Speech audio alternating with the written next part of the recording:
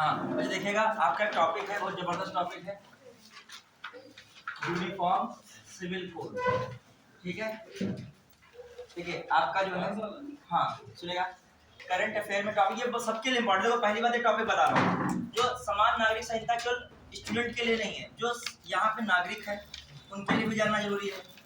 ठीक है, जो बहुत सारे नागरिक के अलावा बहुत सारे ऐसे मतलब 18+ स्टूडेंट हो गए हैं आपस में, मतलब उनके कोर्स में नहीं है, मतलब कहने का मतलब वो इंटर कर चुके हैं, वो अपने बीएससी या आईआईटी की तैयारी कर रहे हैं, जो भी उनके लिए भी जान सकते हो, क्योंकि कहीं बातचीत होती है तो आप गलत वे में तो नहीं जा रहे हो कहीं, तो वो सब भी आपको इसमें कवर हो जाएगा। मतलब ये एक यूनिवर्सल टॉपिक है, जानना जरूरी भी है। एक देश एक कानून, बहुत इंपॉर्टेंट बात है। दूसरी ओर एक देश एक कानून, आपका पेपर जीएस, जो जीएस पेपर कौन है, जीएस पेपर 2 है मेंस का, उसमें भी आ सकता है। प्लस आपका एसे में बहुत इंपॉर्टेंट रोल है। एसे में क्या है आपका, एक देश एक कानून, ऐसे एसे भी आता है, एक देश एक कानून, एक देश एक चुनाव। ठीक है, तो ऐसे टॉपिक आते हैं, महिलाओं पर आ जाता है टॉपिक, ऐसे इस पे भी आ जाएगा।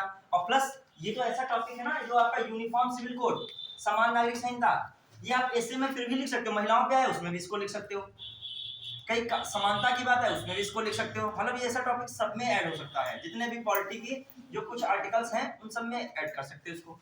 क्लियर? और प्लस ऐसे में तो कर ही सकते हो, और प्लस तुम ना ऐसे लिख रहे हो ना पेपर में लिख रहे हो, आप एक भारत के आम नागरिक को, पढ़े लिखे नागरिक को, तो कहीं सांप्रदायिक तनाव हो रहा है या कोई इसको अच्छा बता रहा है, बुरा बता रहा है, तो किन कसौटियों पर अच्छा कहा जा रहा है, किन कसौटियों पर ये बुरा कहा जा रहा है, तो आप उसको समझोगे, बताओगे। तार्किक बात, आप मेंस के स्टूडेंट हो, यदि आप सिविल के स्टूडेंट हो, तो मैंने कहा था आपके लिए क्या, आपका माइंड बैलेंस होना चाहिए। समझ रहे हो? सबसे पहली बात बैलेंस ऐसे मतलब, यदि आप सरकार की कोई योजना लिख रहे हो तो आप माइंड सेट नहीं करके लिखना है, उसकी योजना तो बताना ही बताना है, फिर उसके प्रॉस एंड कॉन्स, क्या उनकी जो है तारीफ है, क्या मतलब इतने सुधार किया सामाजिक स्तर पर, आर्थिक स्तर पर, राजनीति जो भी संबंधित योजना है, और क्या इसमें क्या नहीं है, कमियां हैं जिसमें सुधार की और आवश्यकता है। और प्लस अपना कोई व्यू हो, तुम अपना विचार हो, उसमें भी अपना दे सकते हो।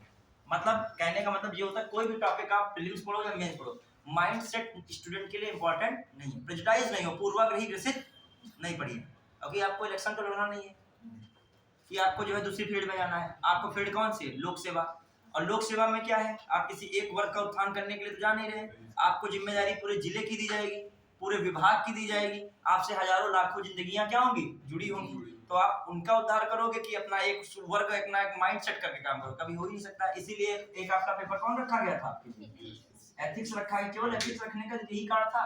बुद्धिमानी में तो आप कम हो नहीं, प्रीलिम्स निकाल के जा रहे हो लाखों बच्चों में, मेंस निकाल के जा रहे हो आप, समझ लिए, इतना आप करने के बाद जा रहे हो, तो बौद्धिक तो आप बहुत हो, कहीं आप बौद्धिक आतंकवादी तो नहीं हो रहे हो, तो इसीलिए आपको लेकर रखा गया है। और जो बौद्धिक वाला आतंकवादी बनता है वो बहुत कुख्यात आतंकवादी बनेगा ना, उसको सारे फंडे क्या है पता है। चलिए अब आ रहे हैं हम लोग किस पे, अपना यूनिफॉर्म सिविल कोड। अब देखो ये टॉपिक फिर से भी चर्चा में आया है, करंट में क्वेश्चन आ सकता है, इसलिए कि उत्तराखंड ने इसको क्या कर दिया है, पारित किया है, तो पारित कर दिया, उत्तराखंड की विधानसभा से पारित हो गया है, तो इसलिए महत्वपूर्ण फिर से चर्चा में आ गया। वैसे भी चर्चा में रहता ही है, लेकिन जब पारित कोई कर दे राज्य तो फिर करंट अफेयर बन गया। उत्तराखंड ने पारित कर दिया तो उससे संबंधित प्रावधान पूछ सकता है, अब उसने किया तो इसके पीछे का प्रावधान पूछा सकता है। चलिए अब हम लोग बेसिक देखो, इसका मतलब क्या है, यूनिफॉर्म सिविल कोड, यूनिफॉर्म को कहते हैं समान, सिविल का मतलब तो हम लोग पढ़ते सिविल कोर्ट होता है, एक सेशन कोर्ट होता है, तो वहां तो अलग मैटर हो जाता है, लेकिन यहाँ पर हम लोग सिविल का मतलब दिवाली वहां पे हो जाता है, जब न्याय में इसको यूज करते हैं, न्याय व्यवस्था में, वरना यहाँ पर सिविल को हम लोग नागरिक में यूज करेंगे। किसमें यूज करेंगे, नागरिक, और ज्यादा उचित है नागरिक कहना। कोड मतलब संहिता, ठीक है, समान नागरिक संहिता, तो समान मतलब समान हो, नागरिकों के लिए क्या संहिता, ठीक है। अब आज थोड़ा सा और चर्चा करते हैं। देखिए जो कहा जाए पूरी तरीके से कानून है, तो ये कानून नहीं है, इसमें हम लोग देखें, जो हम लोग कानून को भी देखें, हालांकि कानून बनाए जाने की बात की जा रही है, तो कानून अपने वहां दो प्रकार के खास कर, एक आपके कानून चलते हैं आपराधिक कानून, कौन चलते हैं, आपराधिक, खासकर देखो मेरे पॉलिटी में बताता नहीं था, जो कोर्ट की भी अवमानना है, आपराधिक अवमानना थी, एक कौन थी, दीवानी। तो एक है आपराधिक कानून और एक कौन है? दीवानी कानून। अब एक और बात समझिएगा, देखिए साधारण लोगों के दिमाग में ये रहता है कि अल्पसंख्यकों के पक्ष में है और मुस्लिमों के लिए क्या है, ये विपक्ष में है। खासकर अवधारणा ये है कि ये बताया जाता है कि इसको जो लागू किया जाएगा तो ये बहुसंख्यकों द्वारा इसका क्या किया जा रहा है, समर्थन है। बहुसंख्यक द्वारा इसका क्या किया जा रहा है, समर्थन। और वहीं पर इसकी संभावनाएं बन रही है अल्पसंख्यक खासकर मुस्लिम वर्ग द्वारा इसका क्या किया जा रहा है, विरोध। ऐसा क्यों? इसके पीछे जाते हैं कि हर चीज में सब कारण रहते हैं, तो आपको जो है हर चीज जानना है, आपको पूरा पर्सपेक्टिव, कॉन्स्टिट्यूशन से जुड़ा पर्सपेक्टिव पढ़ना है, प्लस समाज से जुड़ा पर्सपेक्टिव पढ़ना है, प्लस इसको किन किन चुनौतियों से गुजरना पड़ेगा, क्यों एक आधार पर ये सही है और दूसरे आधार पर ये क्या कर रहा है, कुछ चीज़ों को क्लैश कर रहा है, तो हर चीज़ को जानेंगे। प्लस बहुत सारे ऐसे कह सकते विवाद नियम बने हुए हैं, खासकर मुस्लिम विवाद नियम अलग है, खासकर उनका शरीयत कानून है। पारसियों का एक पारसी विवाद नियम अलग है, ईसाइयों का क्रिश्चियन मैरिज एक्ट अलग है। तो इन तीनों के तो मैरिज एक्ट हो गए। एक हिंदू मैरिज एक्ट अलग है, हिंदू मैरिज एक्ट में सिख मैरिज एक्ट, सिख वाला और बुद्ध वाला और जैन वाला तीनों किसमें जाते हैं, हिंदू मैरिज एक्ट में।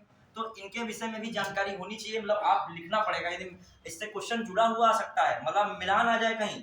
हिंदू मैरिज एक्ट 1955 जो है आपका शरीयत अधिनियम जो है 1937, फिर लिख दे आपका पारसी एक्ट जो है 1936 और लिख दे क्रिश्चियन मैरिज एक्ट 1975। उसमें कहते हैं कौन सा इसमें सुमेलित नहीं है, क्योंकि आपसे जुड़ा हुआ थोड़ी डायरेक्ट पूछ ले, आपका बैकअप में पूछ रहा है वो एक्ट तो पूछ ही सकता है, बहुत सारे एक्ट पूछता है प्रीलिम्स में। देखिए एक्ट भरे होते हैं कि नहीं, एक क्वेश्चन एक्ट से आ जाता है तो बड़ा इसी के मैरिज एक्ट रख दे, तो ये भी दिमाग में रख सकते हो। या स्टेटमेंट बना के दे दे कि किन धर्मों के लिए मैरिज एक्ट स्पेशल बना हुआ है, किसमें नहीं। तुम तो सब लगा दोगे, सिख और जैन और बुद्ध सब लगा दोगे, बल्कि इसमें वो उनको हिंदू के अंतर्गत रखे गए। चलिए, तो इन पे भी चर्चा होगी अब, और फिर निष्कर्ष पे भी चर्चा होगी, और निष्कर्ष के साथ हम लोग की कॉमन निष्कर्ष की चर्चा होगी। लेकिन एक हम लोग इसी में मुद्दा पढ़ेंगे, उत्तराखंड जो ये यूनिफॉर्म सिविल कोड लॉन्च किया है या लागू कर दिया है, वो कैसा है, उसमें क्या प्रावधान है, ठीक है, उसके विषय में भी जानकारी लेंगे। करंट में उत्तराखंड उससे जुड़ा हुआ प्रावधान है, पूछ लीजिए। लाडली बहना योजना था आपका मध्य प्रदेश में, अब पूछा सबसे ज्यादा कहाँ गया है, उत्तर प्रदेश में। आपके पड़ोसी राज्य तो वही है, कम से कम तो पूछा सकता है। प्लस आने वाले समय बस यूपी का भी, यहाँ पे भी ये लागू हो सकता है, और यूपी में लागू होगा तो उनसे तुलना कंपेरिजन हो सकता है। क्लियर? अब आ जाइए, जो देखा जाए तो अब द्वंद्व की स्थिति क्या बन गई है। देखिए, एक होता है द्वंद्व, एक होता है अंतर्द्वंद। अंतर्द्वंद होता है अपने मन में कॉन्फ्लिक्ट, ये भी होता है, बहुत ज्यादा कॉन्फ्लिक्ट होता है, ये करें कि ना करें। जैसे महेंद्र सिंह धोनी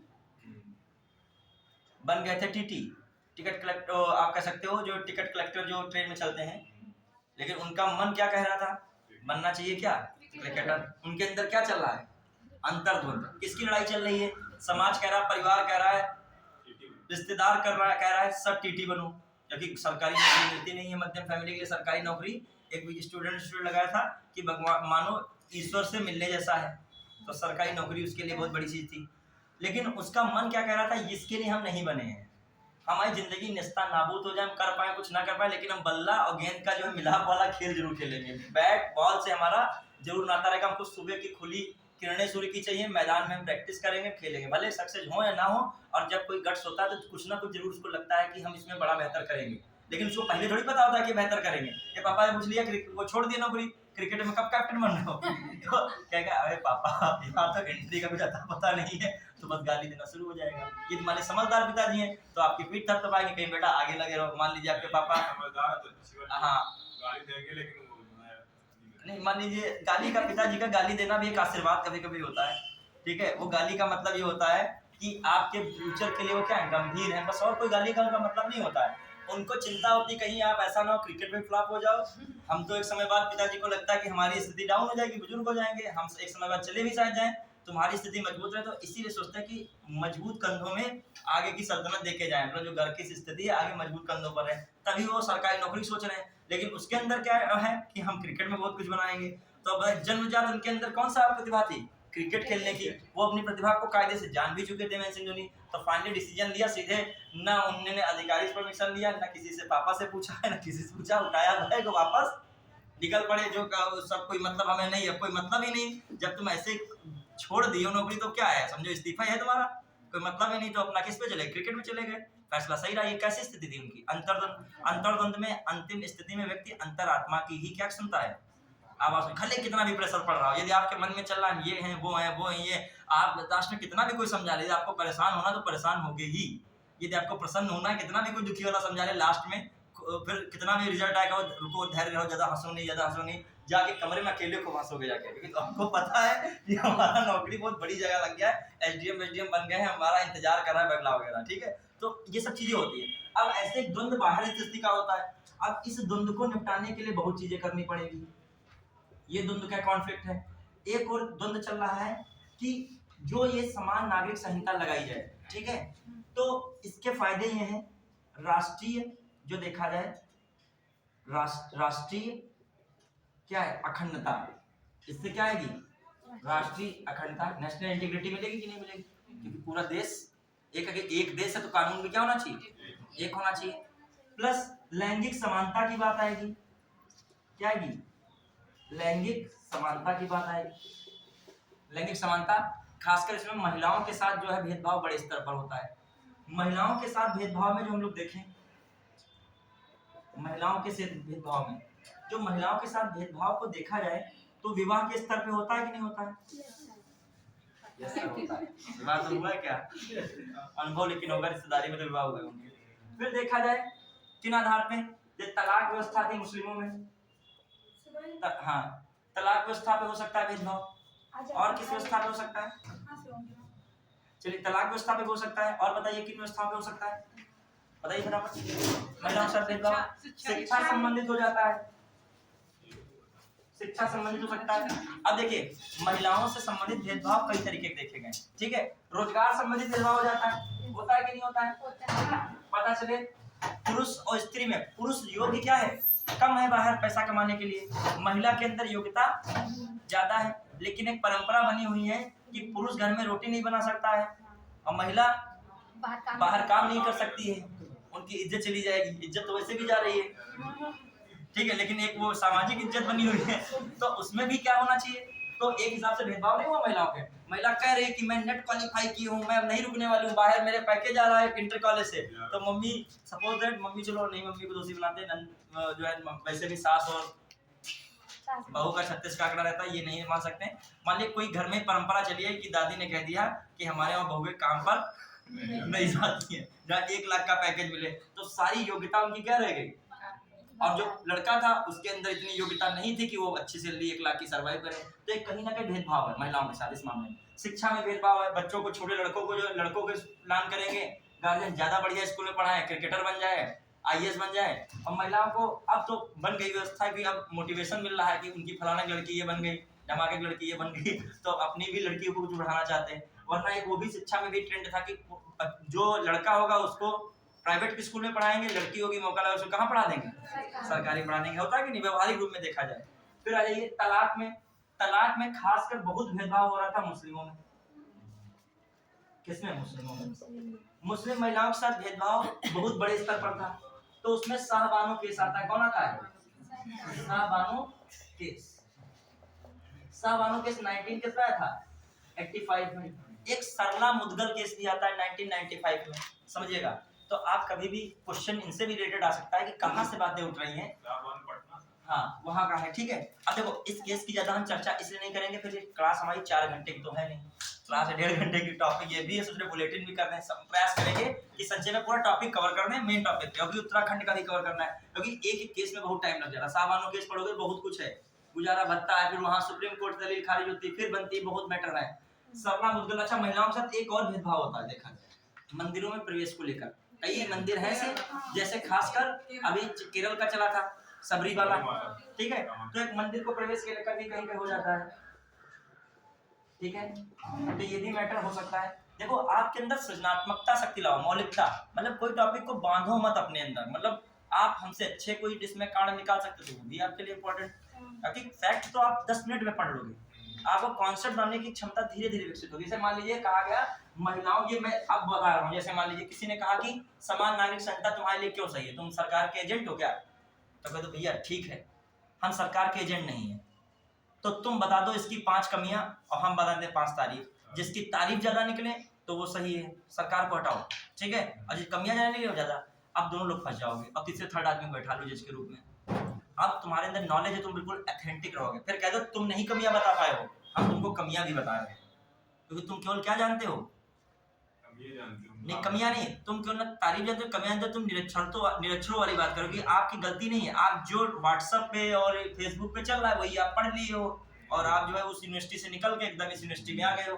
तो आपको क्या करना है, कह दो तुम तो कमियां बता पा रहे हो ना, इसकी क्या बता पा रहे हो, अभी तुम जो कमियां बताओ हम तुमसे ज्यादा कमियां इसकी बता देंगे, पहले तुम तारीफ बताओ फिर इसकी क्या बताओ, अगर तुम सिविल एस्पिरेंट हो, तर्क में भी रहो, विपक्ष में भी, और तुमको दोनों डिबेट खेल रहे हैं, सोचो कितने कठिन परीक्षा है पीसीएस की, वरना इस बीच में क्या होता है, एक पक्ष वाला होता है, विपक्ष में, दोनों में बातें होती है, उसमें एक फर्स्ट ले लिया एक सेकंड ले आता है, लेकिन तुमको पक्ष में भी रहना है और विपक्ष में भी। आइए जो अब देखिए, तो मैं कह रहा हूँ तो राष्ट्रीय अखंडता में लैंगिक, देखो एक राष्ट्रीय अखंडता के लिए जरूरी है कि एक देश एक चुनाव होना, एक कानून होना चाहिए, प्लस दूसरी बात लैंगिक समानता, लैंगिक समानता में सबसे ज्यादा महिलाओं के साथ क्या भेदभाव हो रहा है, किस आधार पर भेदभाव देखने को मिल रहा है, रोजगार में हो रहा है, रोजगार में खासकर, ठीक है, कहीं कहीं फायदा भी मिलता है, ऐसा नहीं है, अगर यहाँ पे हम लोग किस परिप्रेक्ष्य में चल रहे हैं, परिप्रेक्ष्य में इसमें निगेटिव में, महिलाओं में बहुत फायदा मिलता है प्राइवेट सेक्टर में, एक लड़का गया एक लड़की गई, लड़की का टाकेटिव बहुत अच्छा इंग्लिश का है, लड़के का भी अच्छा है, तो प्रेफरेंस पहले किसको दी जाएगी, लड़के को दी जाएगी, ठीक है, ये कहीं ना कहीं एडवांटेज है, लेकिन हमको वो बताना है रोजगार वाला यहाँ पे कि बहुत जगह महिलाओं को शिक्षा के लिए, रोजगार के लिए अवसर दिए वाले, समोसे की दुकान खुलानी है तो लड़के को खुलवाएगी, लड़की को क्या समोसे की लड़की बेचे तो नहीं बिकेगा क्या समोसा, शायद ज्यादा बिक जाए एक और पीस समोसा ले लीजिए, ठीक है, शायद ज्यादा बिक जाए, ठीक है, उसका बात करने का धैर्य, वो गुस्सा लड़कियों का कम आता है, लड़के से 2 बार समोसा मांगा के बार बार नहीं मांग, एक बार नहीं ले पाते हो, उसके लड़की के अंदर पेशेंस होता है, कोई बात नहीं है फिर ले लीजिए समोसा, ठीक है।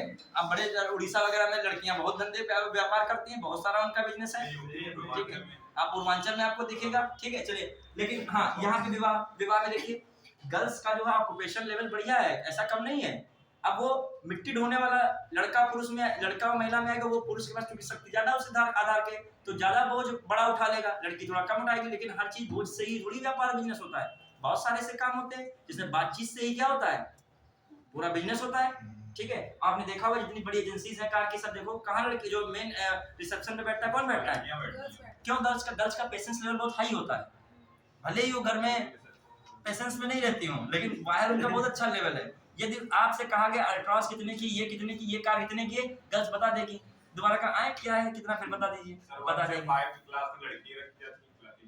देखो इनको ये जो है लैंगिक भेदभाव का शिकार हो रहे लग रहे हैं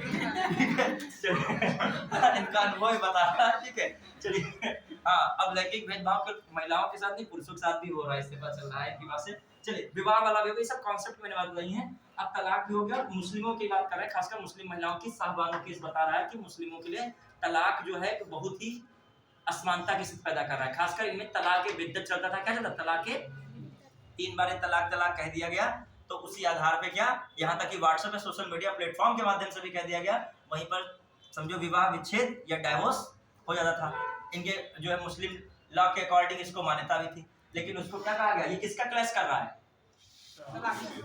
आर्टिकल, बहुत सारे आर्टिकल पे क्लैश कर रहा है। अब आ जाइए हम लोग देखें कि ये बातें कर रही हैं, और इनमें कौन सा संवैधानिक वाला मैटर भी आ रहा है, जो कहा जाए ये क्यों जरूरी है, ये इसलिए जरूरी है कि संवैधानिक प्रावधानों का ये उल्लंघन कर रहा है, समझ रहे हो कि नहीं, संवैधानिक प्रावधानों क्या कर रहा है, उल्लंघन, कैसे उल्लंघन कर, अभी मैं किसके पक्ष में हूँ, केवल यूनिफॉर्म सिविल कोड के पक्ष में हूँ, आप इतना तो जान ही रहे हो किसके पक्ष में, अभी विपक्ष की बातें मत कीजिएगा, अभी पक्ष की बात कीजिए, ठीक है। अब प्रावधानों में क्या उल्लंघन हो, जैसे आर्टिकल 14 क्या कहता है, आर्टिकल 14 कहता है कि विधि के समक्ष समता, विधि के समक्ष, मैं आज ऐसा पढ़ाने का प्रयास करूंगा आपको बहुत फायदा होगा कि एक कहीं बुक का भी नहीं मिलेगा, बहुत चीजें इसमें निकल आएंगी, जीएस पेपर 2 की भी निकल आएंगी, फैक्ट भी निकल आएंगे, प्रीलिम्स से क्वेश्चन भी, प्रीलिम्स वाले भी क्वेश्चन पूछूंगा इसमें, ठीक है।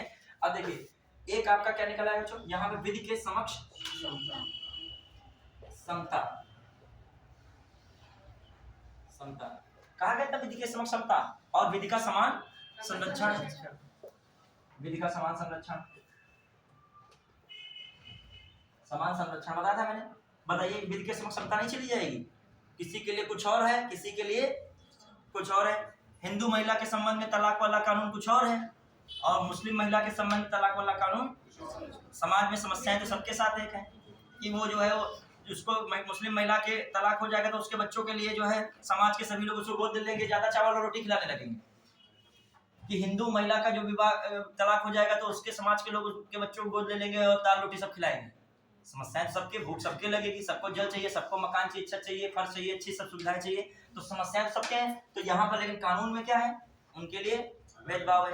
प्लस अदर चीज में भी देख लीजिए, महिलाओं के भी संदर्भ में देखा जाए बहुत जगह पर, चलो मुस्लिमों के लिए हटा दी जाए, महिलाओं के लिए बहुत जगह पैसी व्यवस्था है कि मंदिर में से प्रवेश की बात है। यहाँ पर क्या कह रहा है, विधि के समक्ष सब क्या है, समान है। फिर आ जाइए अगला जो बात की जाए आर्टिकल 15। आर्टिकल 15 क्या कहता है? कहता है राज्य केवल धर्म, लिंग, धर्म है, लिंग है, जो है आपका नस्ल हो गया, जाति हो गया, स्थान, नस्ल का मूल वंश भी कर सकते हैं, नस्ल क्या कहते हैं, मूल वंश, ठीक है, ठीक, स्थान के आधार पर भेदभाव।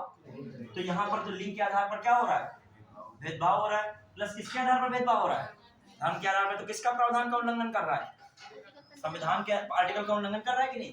फिर जो आ जाइए हम लोग इसको देखें, आर्टिकल 16 में जो हम लोग चर्चा करें बच्चों, 16 में कर दी चर्चा।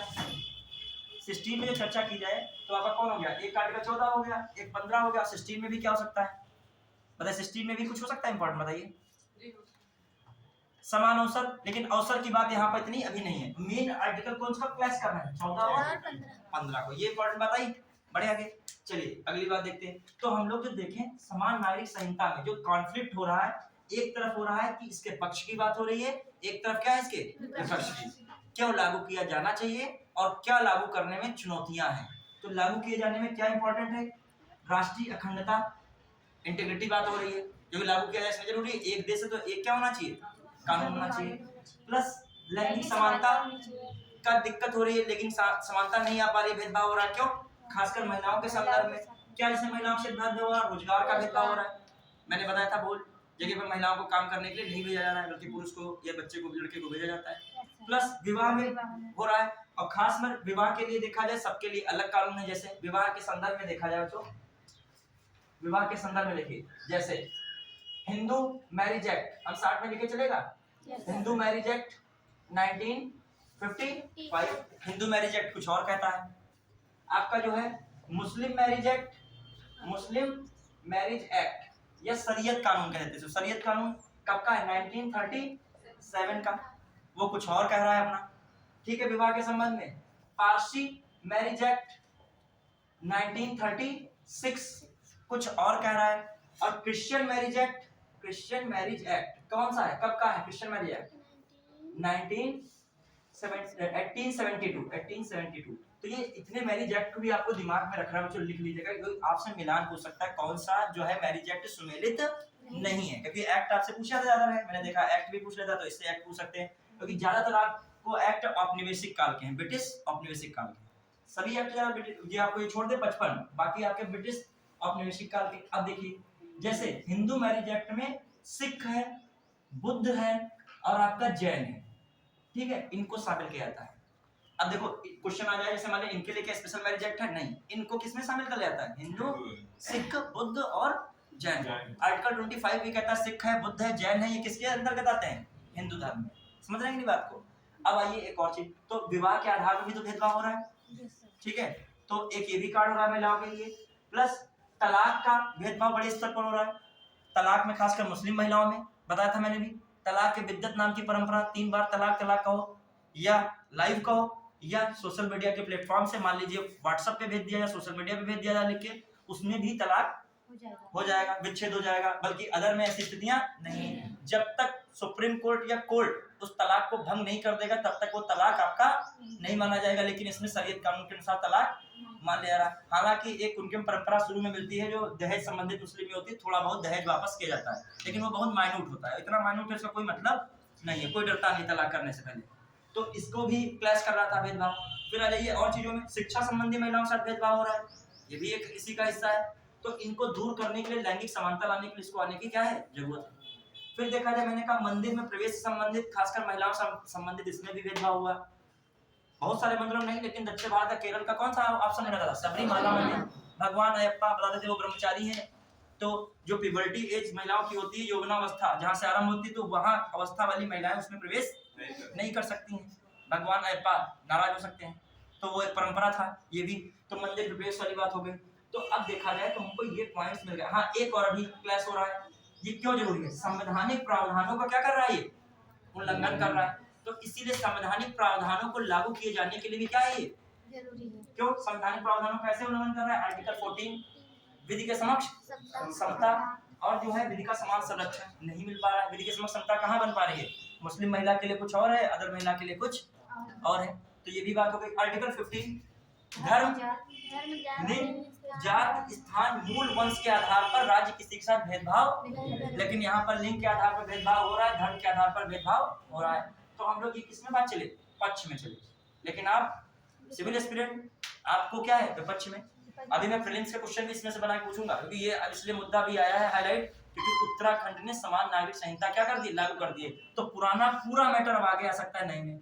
अभी उत्तराखंड की समान नागरिक संहिता जो जारी हुई है, उसके प्रावधान, उसके जो है प्रोविजंस, वो भी हम लोग अभी देखेंगे। उसको भी वो करंट में पूछ सकता है, कोई भी लाइन बना के पूछ दे कि उत्तराखंड जो है हाल ही में भी लागू किया गया है यूसीसी, उसका कोई प्रावधान पूछ दे, यदि 60 दिन के अंदर आप रजिस्ट्रेशन नहीं कराते हैं तो कितने सजा का प्रावधान किया गया था, कितना जुर्माना किया गया है, प्लस पूछ दे महिलाओं पुरुषों की आयु उसने क्या निर्धारित कर दी है। बहुत सारे प्रावधान है अभी उसके भी देखेंगे हम लोग। पूछ सकता है कि भारत की आजादी से पहले भारत में कॉमन जो है कह सकते हो सिविल कोड या यूनिफॉर्म सिविल कोड लागू करने वाला राज्य कौन रहा है, और आजादी के बाद पहला राज्य कौन बन गया है, उत्तराखंड बन गया। छोटे छोटे अंतर है। उस समय कौन सा औपनिवेशिक काल था गोवा के संदर्भ में देखा जाए, गोवा किससे आजाद हुआ है, पुर्तगाल के संबंध में बना था। बहुत छोटी छोटी चीजें पर इंगित करना है, ये सब फैक्ट वाले क्वेश्चन। लेकिन फैक्ट से पहले हम लोग कुछ चीजें कॉन्सेप्ट समझते हैं, उसी में फैक्ट निकालना। फैक्ट कौन निकल रहा है, आर्टिकल 14, आर्टिकल 15, और एक फैक्ट निकल रहा है कौन, मैरिज। अब आते हैं हम लोग किस संदर्भ में, फटाफट। अब क्या ये किन चीजों के लिए सही नहीं है, अब द्वंद्व की जो कॉन्फ्लिक्ट की स्थिति है, अब इसमें तो पक्ष में था, अब इसके विपक्ष में तर्क देना है, क्योंकि आपका माइंड सेट बच्चों विपक्ष में तर्क, आपका माइंड सेट बहुत बैलेंस होना चाहिए। कोई भी योजना ये नहीं है पूरी 100% क्या है वो सही है, कोई भी योजना ये भी नहीं है 100% क्या है गलत है। तो मैंने कहा था ना, सूक्ष्म विश्लेषण मोटे तौर पर करना है, मतलब विश्लेषण भी सूक्ष्म है लेकिन तौर कौन है, मोटे तौर पर। तो ये भी दिमाग में रखे, मतलब दोनों चीजों बैलेंस करना है, हर चीज क्या करना है बैलेंस। ये नहीं इसकी तारीफें पुलिंदा बांध दी, यूसीसी ये है, यूसीसी वो है, यूसीसी जरूरी इतना है कि लगा तुम भी सबसे ज्यादा प्रताड़ित इसी से हो, तो पूरा अपना यूसीसी पे ही। लेकिन आपको दूसरे संदर्भ में भी देखा, विपक्ष में क्या और दिक्कतें आ सकती है देश में। सबसे पहले तो एक दिक्कत है सांप्रदायिकता की। सांप्रदायिकता ये नहीं आनंद फानंद में इस पर डिसीजन ले लिया जाए तो फिर मामला बिगड़ जाएगा ना, क्योंकि अभी जो है नागरिकों को समझाना पड़ेगा, जो रूमर्स है क्या सही है क्या गलत है बताना पड़ेगा। तो सांप्रदायिकता एक बड़ी स्थिति हो सकती है। फिर राजनीतिक पार्टियां इसका इस्तेमाल ना कर पाए, राजनीतिक पार्टियां निष्पक्ष रूप से इसको लागू करें, अपने एजेंडे के थ्रू या अपने मतलब कह सकते हो अपने फायदे के संदर्भ में इसको लागू ना करें। ये नहीं चुनाव सर पर है तो तुरंत क्या कर दिया जा रहा है, लागू कर दिया जा रहा है। जब बीजेपी सरकार ने 2019 में देखा गया, उनका जो घोषणा पत्र जारी हुआ था, उन्होंने उसमें राम मंदिर की बात की थी, उसमें उन्होंने कॉमन सिविल कोड की बात की थी, उसमें उन्होंने कश्मीर मुद्दे की बात की थी। दो चीजें क्या हो चुकी हैं, घोषणा में हल हो चुकी हैं। तीसरी चीज क्या है बची, यूसीसी बचा है। लेकिन ऐसे में यूसीसी को बहुत सावधानी पूर्वक कर रहा है कि ये मुद्दा थोड़ा सा अलग है, ये नियमों कानून का मुद्दा है। इसमें जो है भारत के जो है हिंदू हो या मुस्लिम हो सभी नागरिक हैं, और सभी नागरिक जो है विकास में अपना योगदान दे रहे हैं। तो कोई भी पक्ष निराश ना हो, सभी पक्ष क्या हो सही से रहे, एकदम सौहार्द बना रहे। तो इन चीजों को ध्यान में रखने की भी जरूरत है। तो एक मतलब आप इसका तर्क में दे सकते हो कि सांप्रदायिकता वाला उसको गंभीरता से लेना पड़ेगा, राजनीतिक पार्टियों को जो भी सरकार उसको बहुत जो है क्या निष्पक्षता से उसको लागू करना पड़ेगा, उन प्रावधानों की फिर से चर्चा करनी पड़ेगी जिनसे द्वंद्व की स्थिति उत्पन्न हो सकती है। क्लियर। फिर आ जाइए और इम्पोर्टेंट क्या है, सबसे मेन भारत कैसा देश है, विविधताओं का देश है। भारत विविधताओं का देश है, संस्कारों का देश है, त्योहारों का देश है, भाषा के आधार पर विविधता, धर्म के आधार पर विविधता, खान पान के आधार पर विविधता, रहन सहन के आधार पर विविधता।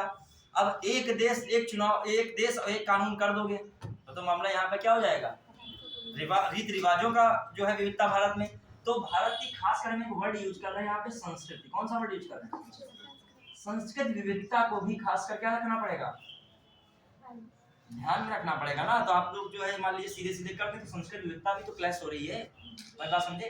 तो इसको भी दिमाग में रखना पड़ेगा कि ये नहीं है कि आप जो है एक और कह रहे हो विविधताओं का देश भारत, दूसरी ओर कह रहे हो हर चीज में एक एक, तो ये भी चीज गड़बड़ हो जाएगी। यूनियन ऑफ स्टेट, राज्यों का क्या है, संघ। जब राज्यों का संघ तो हर राज्य की अपनी अलग जो है वर्चूज है, गुण है, तो इन चीजों का भी ध्यान रखना पड़ेगा। और क्या हो सकता है बताइए, क्या किया सकता है इसमें और इम्पोर्टेंट? जो विधि आयोग था, विधि आयोग 2018 में जब उसने भी रिपोर्ट निकाली 2018 में, उसने कहा ये कोई जरूरी नहीं है इसको लागू किया जाना।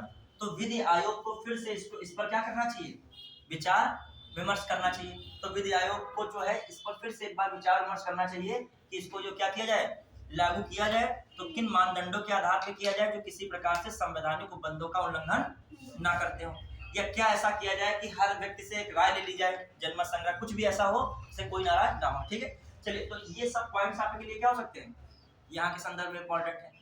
ठीक है, प्लस जो देखा जाए, अब देखिए संविधान का ये भी उल्लंघन कर रहा है, जो ये आप लागू, इसके पक्ष में बात कर रहे हैं हम लोग।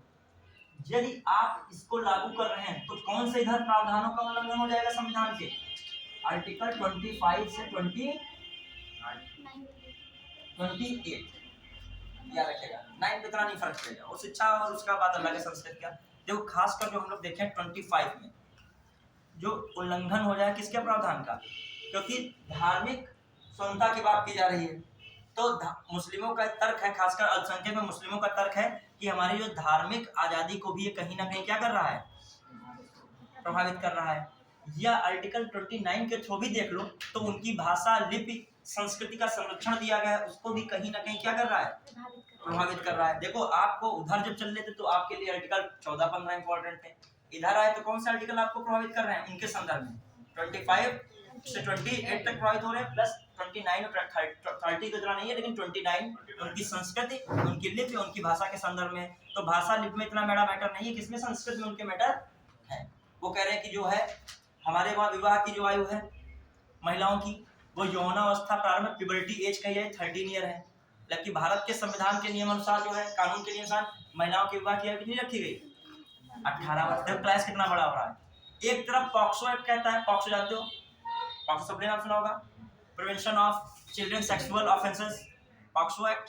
तो उसके संदर्भ में कह रहा है 18 साल से यदि कम नाबालिग से संबंध भी होते हैं किसी प्रकार से, शारीरिक संबंध, तो अपराध की श्रेणी में आएंगे। प्लस विवाह, बाल विवाह की बात करें, 18 वर्ष से बाल विवाह नहीं हो सकता है। एक और 13 वर्ष हो रहा है, एक और पॉक्सो एक्ट क्या कह रहा है, 18 वर्ष।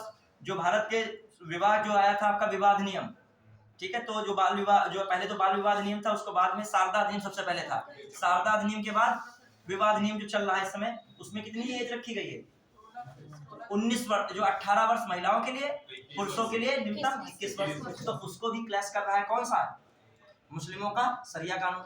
लेकिन उनके अनुसार, हमारी संस्कृति के अनुसार 13 वर्ष क्या है, मतलब 13 वर्ष उनका नहीं, उनका प्यूबर्टी एज का विवाह होता है। प्यूबर्टी एज जो साइंस के अकॉर्डिंग कितने साल से होते हैं, 12 से 13 वर्ष।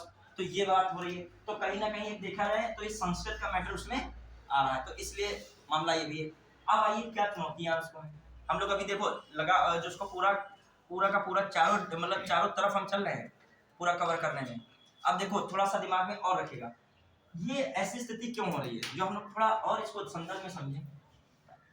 देखिए एक चीज समझिएगा, भारत में लॉ की बात, कानून की बात समझिएगा बहुत कार्य से। भारत में कानून दो प्रकार से, एक आपराधिक, एक है दीवानी। मैंने भी कहा था, मैं यहाँ तक ये था, कोर्ट ऑफ कंटेम्प्ट भी होता है, न्यायालय की अवमानना, एक दीवानी रहती है, एक आपराधिक। तो जो इस मामले को देखा जाए आपराधिक पर, इसमें जो देखें हम लोग आपराधिक में और दीवानी में, जो खासकर दीवानी दो व्यक्तियों के बीच होता है, खासकर दो व्यक्तियों या परिवार में समूहों के बीच भी हो सकता है, लेकिन दो व्यक्तियों के बीच ज्यादा होता है। और खासकर ये संपत्ति है, ठीक है। आपका विवाह में मान लीजिए संपत्ति के लिए जमीन है, उत्तराधिकारी है, ठीक है, ये सब संबंध में है। और ये जो है चोरी चपारी हो गया, हत्या हो गया, ये सब किसमें, आपराधिक वाले मैटर में। तो जो देखा जाए बहुत कायदे से, जो दो व्यक्तियों का मामला संपत्ति जमीन जायदाद इस तरीके से लड़ाई है तो दीवानी में आता है। दीवानी के मैटर में जो यहाँ पे है धर्म के आधार पे कानून का विभाजन होता है, समझ रहे हो, ध्यान दीजिएगा। जबकि आपराधिक मैटर में हत्या है, चोरी है, इसमें धर्म का मैटर ध्यान दिया कभी। इस मामले में वसीयत के कुछ अलग रूल हैं उनके, विवाह तलाक के कुछ अलग रूल हैं, किसके, मुस्लिम अलग, हिंदू के अलग, पारसी के मैरिज लॉ के अलग, सबके अलग अलग हैं। किस वाले मैटर में, दीवानी वाले मैटर में धर्म एवं आस्था के आधार पर विभाजन हो जाता है। जबकि इसमें क्या है, चोरी चपारी हत्या में यहाँ तक कि भारतीय नहीं विदेशी नागरिक भी यहाँ कोई है उसके लिए भी कानून क्या हो जाएगा वहां पे, समान रहेगा, समझ रहे हैं। तो यहाँ पे जो डिवीजन देखा जाए इसमें भी, तो इसके लिए आना बहुत जरूरी हो गया क्या, यूसीसी। तो आप यहाँ पर इसके क्रॉस में एक ये लगा सकते थे, क्लियर। तो अब हम लोग इस आधार पर जो देखें, कुछ इसके एक्ट हो गए, प्रावधान हो गए यूसीसी के, और जो इसके संदर्भ में क्या क्या देखें, जो ये वाली बात भी मेरे भाई इसको भी दिमाग में रखना। ये अपना बहुत मैं डीप हल्की सी बात बता रहा हूँ कि ये आप देखोगे अच्छा टीचर इसको पढ़ाएगा, कोई ऐसी बात नहीं नया पढ़ा रहे हैं, ऐसा नहीं होता। सब टीचर जो अच्छे पढ़ाते हैं, कोई भी टीचर होगा, सबका अपना अपना तरीका है पढ़ाने का। कोई थोड़ा सा सब्जेक्ट से ज़्यादा रिलेट करता है और सब्जेक्ट साथ अदर सब्जेक्ट को भी कवर करता है। कोई अदर सब्जेक्ट कैसे, मतलब कोई मान लीजिए वर्ड यहाँ यूज किया गया तो उसके बारे में भले वो हिस्ट्री का विषय, भले वो ज्योग्राफी का, भले वो पॉलिटी का हो, भले इकोनॉमिक्स का हो, हम उसकी यहाँ पर चर्चा करेंगे। तो ये आपको पॉलिटी में भी देखते हो, इसमें भी देखते हो, तो ये चीज़ें भी दिमाग में रखेगा। अब हम लोग आगे बढ़े, इसमें चुनौतियाँ क्या हो सकती हैं, फिर हम लोग उत्तराखंड वाले मैटर पे आ गए, ठीक है। चुनौतियाँ और क्या हो सकती हैं, इसको क्या करने में बताइए, चुनौतियाँ क्या है। अच्छा, शाहबानो केस भी किसी का जो है कहीं ना कहीं उठता मैटर है, कहाँ से, शाहबानो केस से भी, क्योंकि शाहबानो केस में गुजारा भत्ता की बात हो रही है, सुप्रीम कोर्ट क्रॉस रोड में डाउन किया, बाद में इसको हवा दी गई, बाद में मतलब वो रुकी नहीं, मानी नहीं, पिटीशन चलती रही। अब आइए, अब हम लोग बढ़ रहे हैं किधर, चुनौतियों में क्या हो सकता है बताइए, चुनौतियाँ क्या हो सकती है, बताइए फटाफट। धार्मिक मुद्दा भी हो सकता है। चुनौतियाँ सबसे बड़ी क्या है, जो आर्टिकल, अब सुनिएगा, यूसीसी, जो यूसीसी है आपका आर्टिकल किसमें है, 44, ये किसमें है, डीपी एसपी में, मतलब directive principle for state policies, जो मतलब राज्य के नीति तत्व में राज्यों का कर्तव्य है कि कोई चीजें क्या करें, लागू करें या ना करें, मतलब राज्यों के लिए कहा गया है, ठीक है। तो राज्य इसको करना चाहिए, ये कोई ऐसा तो है नहीं कि ये न्यायालय में प्रवर्तनी है, क्या है, न्यायालय में प्रवर्तनी, लागू करना, ये नहीं लागू होता तो आप न्यायालय चले जाओगे, डीपीएसपी क्या करो, 44 वाला लागू करो, क्यों, क्योंकि जो यूसीसी की बात है किसमें कही गई है, आर्टिकल 44, और आर्टिकल 44 किसका हिस्सा है, राज्य के निजी तत्व का, और राज्य के निजी में दी गई बातें कोई राज्य पे बाध्यकारी नहीं है। न्यायालय इसके लिए न्यायालय में वो मामला प्रवर्तनीय नहीं है, नॉट जस्टिसेबल में आता है। हालांकि सुप्रीम कोर्ट कह रहा है कि ये जरूरी है तो इसको क्या किया जाए, लेकिन कोई इस प्रकार का बाध्यकारी मैटर नहीं, तो एक चुनौती तो है, ये 44 है तो क्यों नहीं हो पा रहा है, कारण के भी है, कैसे भी इसको भी समझना होगा, राज्यों को तालमेल बिठाना होगा। दूसरा बात चुनौती और क्या हो सकता है कि जो है अल्पसंख्यक आबादी को समझाने की भी आवश्यकता है कि जो आपके ये हितों को क्या नहीं करेगा, क्लैश नहीं करेगा। और क्या हो सकता है, जो गलत जानकारियां इधर उधर ह्यूमर के रूप में फैलती हैं, ये आपको इसमें हो जाएगा, फांसी हो जाएगी, फलाना हो जाएगा, जबरदस्ती खींच के आपका विवाह कर दिया जाएगा, ठीक है, जो बुढ़ापे में आपका विवाह हो पाएगा, युवा अवस्था में नहीं हो पाएगा। मान लीजिए कोई किसान है बेचारा, क्या जाने पढ़े लिखे, तुम गए हो कहा शहर से आए भैया, पढ़ के शहर से आए, तो कहो हाँ शहर के आए, पढ़ाकू हैं, शहर के आए, तो पूरी एक मंडली बैठ गई कि भैया बताओ आजकल मुद्दा बहुत चल रहा है, न्यूज बहुत चल रही है, कुछ समझ में नहीं आ रहा, तो कहा कि ये बताया गया कि लड़कियां को विवाह जो है कम एज में नहीं हो पाएगा, और हवा बढ़ा दी गई गाँव में, लड़कियों का कम एज नहीं मतलब बूढ़ी एज में होगा क्या। तो फिर एक मतलब अब उनको चिंता है कि हम लड़की विवाह, ये भी सरकार बताएगी हमको कि हम विवाह कब करें अपनी लड़की का, जब हमारा तय हो जाएगा तब विवाह करेंगे।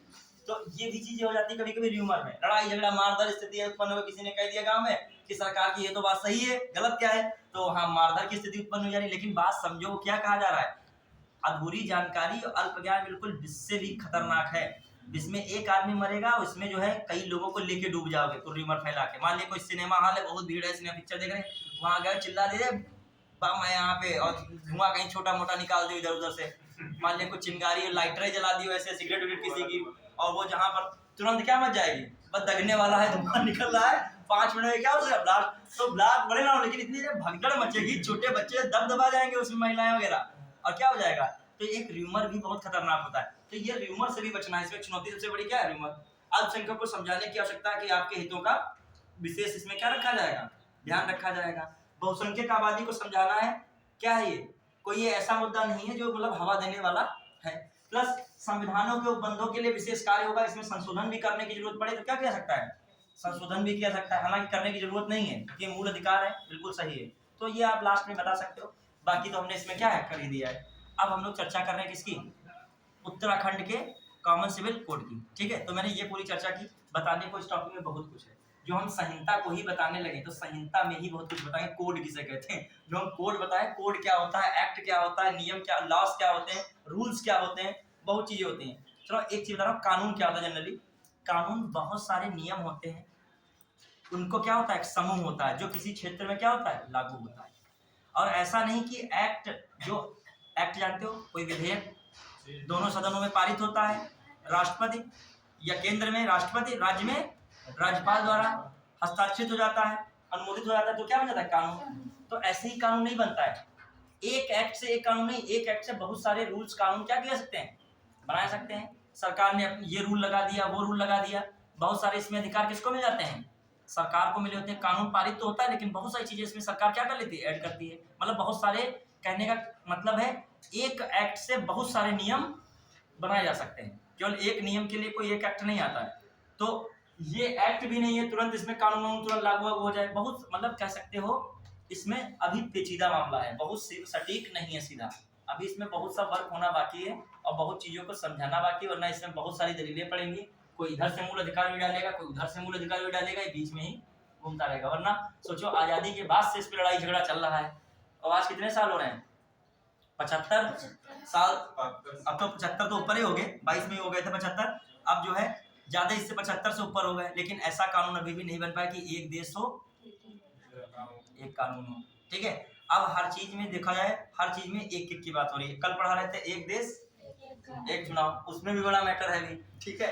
और इसमें ये रिफॉर्म होने इंडिया में बहुत बड़े रिफॉर्म में आएंगे जब होंगे, अभी इन सब में मैटर बहुत ज्यादा है कि मैं जो कह रहा हूँ एक देश एक चुनाव, उसमें बहुत रिफॉर्म है, और मैं कह दूँ यहाँ पर उसमें भी बहुत चीजें इधर उधर हो जाएंगी, अब इसमें बहुत चीजें हो जाएंगी। अब हम लोग चले डाले उत्तराखंड ने जो यूसीसी लागू किया, जो उत्तराखंड का यूसीसी देखते हैं, कुछ समझ में आया कि नहीं, बेसिक बिल्कुल हमने जानकारी दी और फिर आपको आर्टिकल तक ले गए।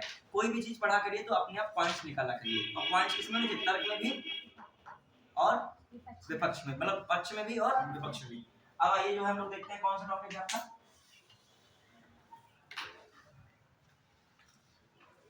देखो ये भी दिमाग में रखना, आर्टिकल 44 यही नहीं भूल जाना। आर्टिकल 44 में क्या है, समान नागरिक, अच्छा समान नागरिक संहिता का एक नॉर्मल बात है, ये क्यों लागू किया जाना है खासकर, मतलब क्या क्या है, इसलिए खासकर एक लाइन सबको इम्पोर्टेंट है, जैसे विवाह है, तलाक है, जमीन है, संपत्ति है, उत्तराधिकारी का मामला है, गोद संबंधित मामला है, इन सभी में धर्म के आधार पर भेदभाव से परे सभी नागरिकों के लिए समान रूप से क्या किया जाए, कानून बनाया जाए। समझ रहे हैं बात को हमारी, मतलब कि यह विवाह है, मतलब अर्थ क्या, कोई पूछ ले क्या आखिर समान नागरिक, चिल्ला रहे हो क्या मतलब, बताओ समान नागरिक मतलब, तो आप क्या बताओगे, या आप लिखित में क्या स्टार्टिंग करोगे, जो आर्टिकल 44 क्या कहना चाह रहा है समान नागरिक संहिता के अंतर्गत, क्या कह रहा है, विवाह, पहली बात तो आप विवाह, तलाक, संपत्ति, जमीन, उत्तराधिकारी, गोद लेने संबंधित मामलों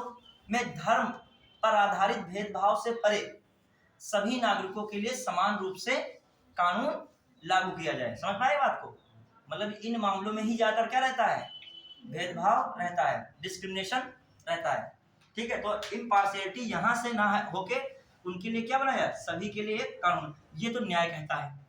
अब वो बात अलग है, इसमें जो है संस्कृत का मैटर आ रहा है, इसमें किसी तरीके का मैटर आ रहा है, वो बात अलग, क्लियर। तो आर्टिकल 44 की बात इससे क्या है ये।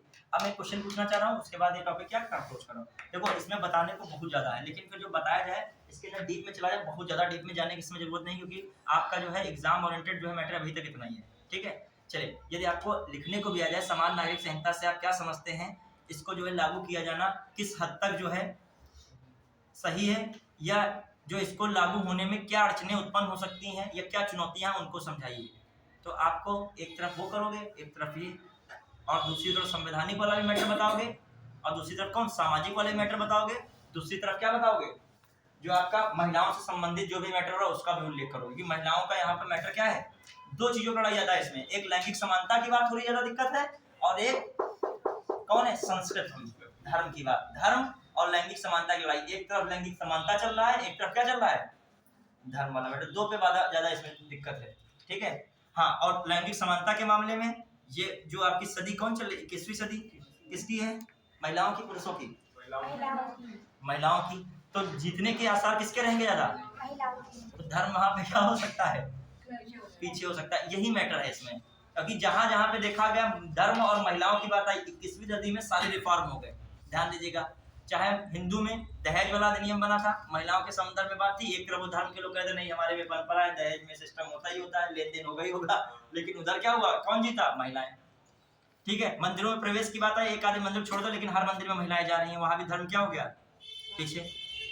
फिर जो देखा जाए मुस्लिमों में 3 तलाक और धर्म की लड़ाई चल रही थी, फिर भी धर्म क्या हो गया, पीछे हो गया, महिलाएं आगे जीत गई। आप देखो जो है भी देख लो, लॉ बन गया, 33% लोकसभा और विधानसभा में क्या हुआ, महिलाओं का रिजर्वेशन हो गया। कल को 50% की लड़ाई चलेगी। अभी स्टार्टिंग हो गई, स्टार्टिंग में भी धमाकेदार की, कितने से की, 33% सीधे पासिंग मार्क से की है। तो पासिंग मार्क वाला बच्चा कब स्कोर ज्यादा कर ले, कुछ पता ही नहीं है। वो ढपर होता है 20 नंबर पाने वाला, वो थोड़ा सा देर लगाएगा, ठीक है। चलिए अब आ जाइए, हम लोग देखते हैं। देखो एक चीज और है कि महिलाओं के संदर्भ में बहुत चीजें बनाई भी गई। एक सामाजिक नियंत्रण बनाया गया। जब आप समाज को पढ़ोगे तो समाज में सामाजिक नियंत्रण था। सामाजिक नियंत्रण में कई सारी व्यवस्थाएं थी। एक व्यवस्था थी समाज का नियंत्रण करने के लिए क्या किया, डायरेक्ट। एक देखिए तो थोड़ा 1 मिनट का समझिएगा इन चीजों को, कहीं जरूरत आपको पड़ सकती है लिखने की भी, और कहीं तार्किक रूप में पूछा भी जाए या बात भी करो तो आप बता सको कि समाज में जो कि यहाँ पे टॉपिक में आया है लैंगिक भेदभाव। बार बार ये पूरा मैटर चल रहा है लैंगिक भेदभाव पर, और किस पे, धर्म पे घूम के आ रहा है वहीं पे। उधर ना करे तो महिलाएं नाराज, उनके यहाँ हर जगह लिंग के आधार पे ही उनके साथ समानता की बातें हो रही है। उनके साथ पॉक्सो एक्ट बन, उनके लिए पॉक्सो एक्ट बन रहा है, उनके लिए बहुत सारे नियम आ रहे हैं। दूसरी ओर अभी मैंने बताया था क्लैश कहाँ पे हो रहा है कि उधर शरीयत का कानून फंस रहा के है, और बाद में आखिर उत्तराखंड ने लागू कर दिया कौन सा, 18 और 21 वाला ही कॉन्सेप्ट। वो क्या हो गया कानून, महिला वाला, मुस्लिम पर्सनल लॉ वाला। पीछे मैं बता रहा हूँ, जहां जहां मैटर फंसेगा धर्म का, 21वीं सदी में धर्म कहाँ चला जाएगा, बहुत पीछे चला, पीछे भी नहीं, महिलाओं से बहुत पीछे चला जाएगा।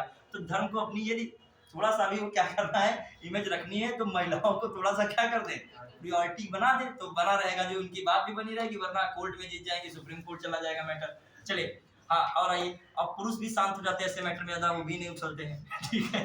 हाँ, जो पुरुष भी कहीं ना कहीं महिलाओं से ही क्या है, माता तो है ही सबकी, आप क्या सोचने लगे, तो माता तो है ही, तो आप कभी भी माता को संदर्भ में रख सकते हैं, ठीक है। चलिए तो अब मैटर आ रहा है, जैसे मैंने कहा समाज में, समाज में यहाँ पर आप सब लोग बैठे हो, आराम से बैठे हो, इसीलिए बैठे हो क्योंकि आपको पता है कि सब यहाँ पढ़ने वाले हैं, कोई ऐसे उपद्रव यहाँ नहीं मचाएगा, कोई बोतल फेंक के मार दे, कोई पीछे से कनपटी बहुत तेज मार दे, ठीक है, कोई पेन मार दे बहुत तेज। आप पूरा सुरक्षित माहौल महसूस कर रहे हो, क्योंकि एक सामाजिक नियंत्रण के थ्रू आप बन चुके हो, मतलब आप पे सामाजिक नियंत्रण हो चुका है, जबकि आप समाज से आए हो। समाज में बताया गया है कि आप जान भी चुके हो समाज में जो आप व्यवस्था से गुजरे हो कि वहाँ पढ़ाई शांति से की जाती है, मारधार करके नहीं की जाती। आज वो आप परंपरा से गुजरे थे, 1 घंटा पढ़ने का 2 चट्ठा बगल वाले को मारना है, तो दूसरा जैसे 1 घंटा होगा तुरंत जो है, तुरंत टाइम देखता कि 1 घंटे की तैयारी हो गई, बच्चों सब लोग बैठे, पढ़ाई का टॉपिक अलग होगा। आप पता है कि सामाजिक व्यवस्था पढ़ाई की ऐसी स्थिति है जहाँ पे आराम से बैठोगे, यहाँ पे मारधार की स्थिति नहीं, तात्तुनिक मिजाज हो सकता है, विचारों में उग्रवाद उत्पन्न हो सकता है, लेकिन फिर शांति हो जाएगी,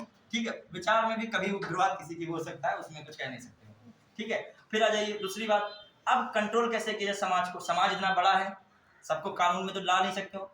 अब कोई बाबा से कहोगे कि ये शहर के ही नहीं, थोड़ा सा पढ़े हैं, ये गांव के ही हैं, वो आप बाबा को कहे, कोई लड़के को ले लीजिए, बाबा का है गलती को, ठीक है, वही वो वयस्क उनका, वो जो है वृद्ध है, वो सम्मान उनका करना चाहिए।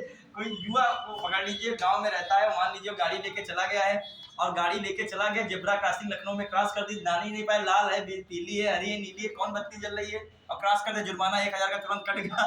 अब वो कह रहा हम क्या करें, खाली चौराहा में दिख रहा था तो हम चलते चले गए, मगर ये नहीं जाना उधर से 60 से पूरी आएगी रैली, इधर से आएगी, हम कहाँ जाएंगे बीच में, क्योंकि उसको पता नहीं था तो उसको कानून द्वारा सब कोई नियंत्रण, उसको जो नियंत्रण कौन रख रहा है? कानून बना के रख रहा है। अगली बार 1000 चालान कट जाएगा, अगली बार जो है सब निकल भी जाएंगे, तब भी गाड़ी खड़ी रखेंगे कहेंगे अब पहले पूछे इधर आओगे ट्रैफिक वाले कि अब निकल सकते हैं कि नहीं, पहले हमें बता दो, क्योंकि 1000 रुपया हमारा जा चुका है, बहुत मजबूरी से रुपया कमाते हैं हम साहब, तो हमें बताओ ट्रैफिक वाले हमारी गाड़ी निकलवा दो कहेगा। तभी पढ़ाई लिखाई होना क्या है, आप बाहर सर्वाइव नहीं कर पाओगे। मान लो जितना कमाओगे नहीं उतना तुम जुर्माना में दे डालोगे। एक विक्की खरीदोगे, एक विक्की नहीं होगी तो उतना जुर्माना भरते रहोगे रोज, वहाँ रोज एक क्रॉसिंग करोगे वहाँ पे। क्लियर? अब आ जाइए थोड़ा सा और, यदि समाज में नियंत्रण रखना है तो सामाजिकरण एक होता है। क्या होता है? एक होता है सामाजिकरण के अलावा एक होता है पुरस्कार और दंड। सामाजिकरण मतलब सोशलाइजेशन करना। सोशलाइजेशन कैसे होता है? सोशल या एंटी सोशल हो गए या नॉन सोशल हो गए या कौन हो गया आप? सोशल क्या हो सकते हो? न्यूट्रल मतलब सामाजिक तटस्थ हो।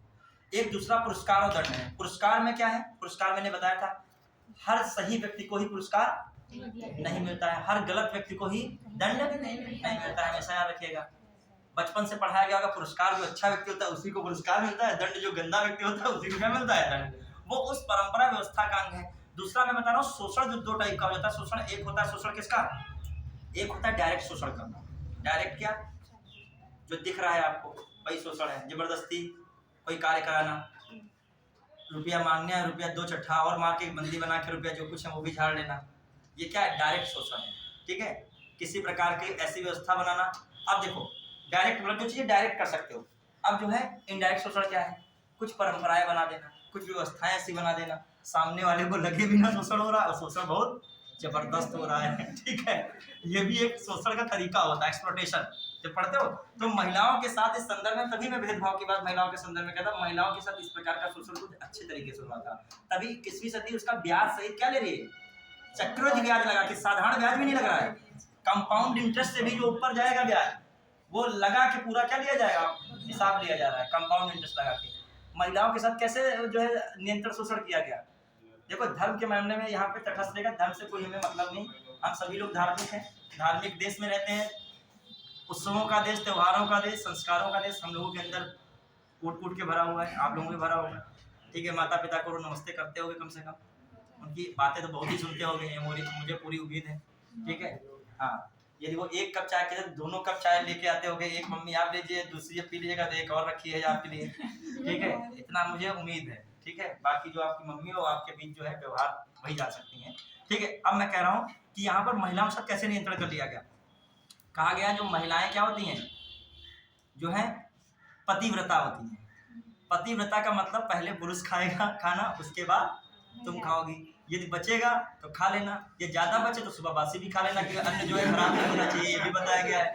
तो अब पुरुष नहीं बासी खा सकता है, उसका वो परंपरा भी, आप जो है खाना बनाए हो तो खाइए, ना बचे तो खुरचन उर्चन जो है थोड़ी बहुत वो भी खाना, पूरा खाना क्या बना के करोगे? तो एक वो बना दिया गया।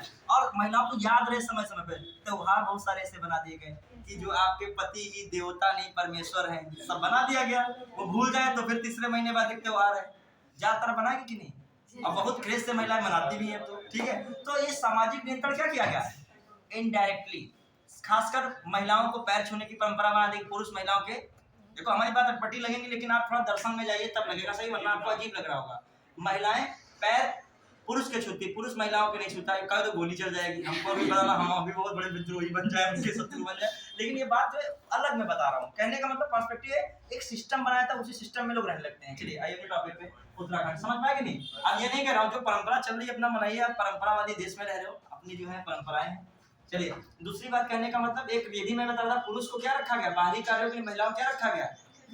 लेकिन अब एक ऐसी व्यवस्था आ रही है, महिलाओं को डुअल नेचर बनना पड़ रहा है, द्वैत प्रकृति, कि बाहरी कार्य भी करें और जो घर का है वो तो करना ही करना है। अब कुछ हद तक कम है, कुछ हद तक कम है, लेकिन अभी बहुत हद तक, लेकिन फिर भी आज की स्थिति ये हो रही है कि पुरुष कुछ दिन बाद जो है आपको और जो है डाउन स्थिति में दिख सकते हैं, महिलाएं थोड़ा सा अब स्थिति जो आए दिन रिफॉर्म नहीं हो रहे। अभी यूसीसी लागू हो जाएगा महिलाएं के, हमारे लिए तो ये लैंगिक समानता के लिए पूरा कानून बदल दिया गया है, तो ये भी तो महिलाओं के संदर्भ में खासकर हो रहा है। जो ये जीत रहा है अपने किधर की स्थिति में है, जीतने की स्थिति में, मतलब लागू होने की संभावना में ज्यादा है। क्यों खासकर? फिर यहाँ पे मैटर कौन आ रहा है? 3 तलाक को हल कर दिया गया मुद्दा, मतलब 3 तलाक जो इसी चक्कर, 3 तलाक के चक्कर में कौन पास हो जाता? यूसीसी पास हो जाता, ठीक है, उसको अलग किया गया तो वो अलग से ही पास हो गया। अब आइए चलिए लिखेंगे यूसीसी वाला, थोड़ा देखिए उत्तराखंड, फिर आइए यूपी में देखते हैं। करंट अफेयर फटाफट देखिए, उत्तराखंड फटाक से लिखिए। उत्तराखंड ने अभी क्या किया, हाल ही में क्या किया है, यूसीसी लागू किया। क्या क्या करो, ये होली के त्योहार तैयार करने हैं।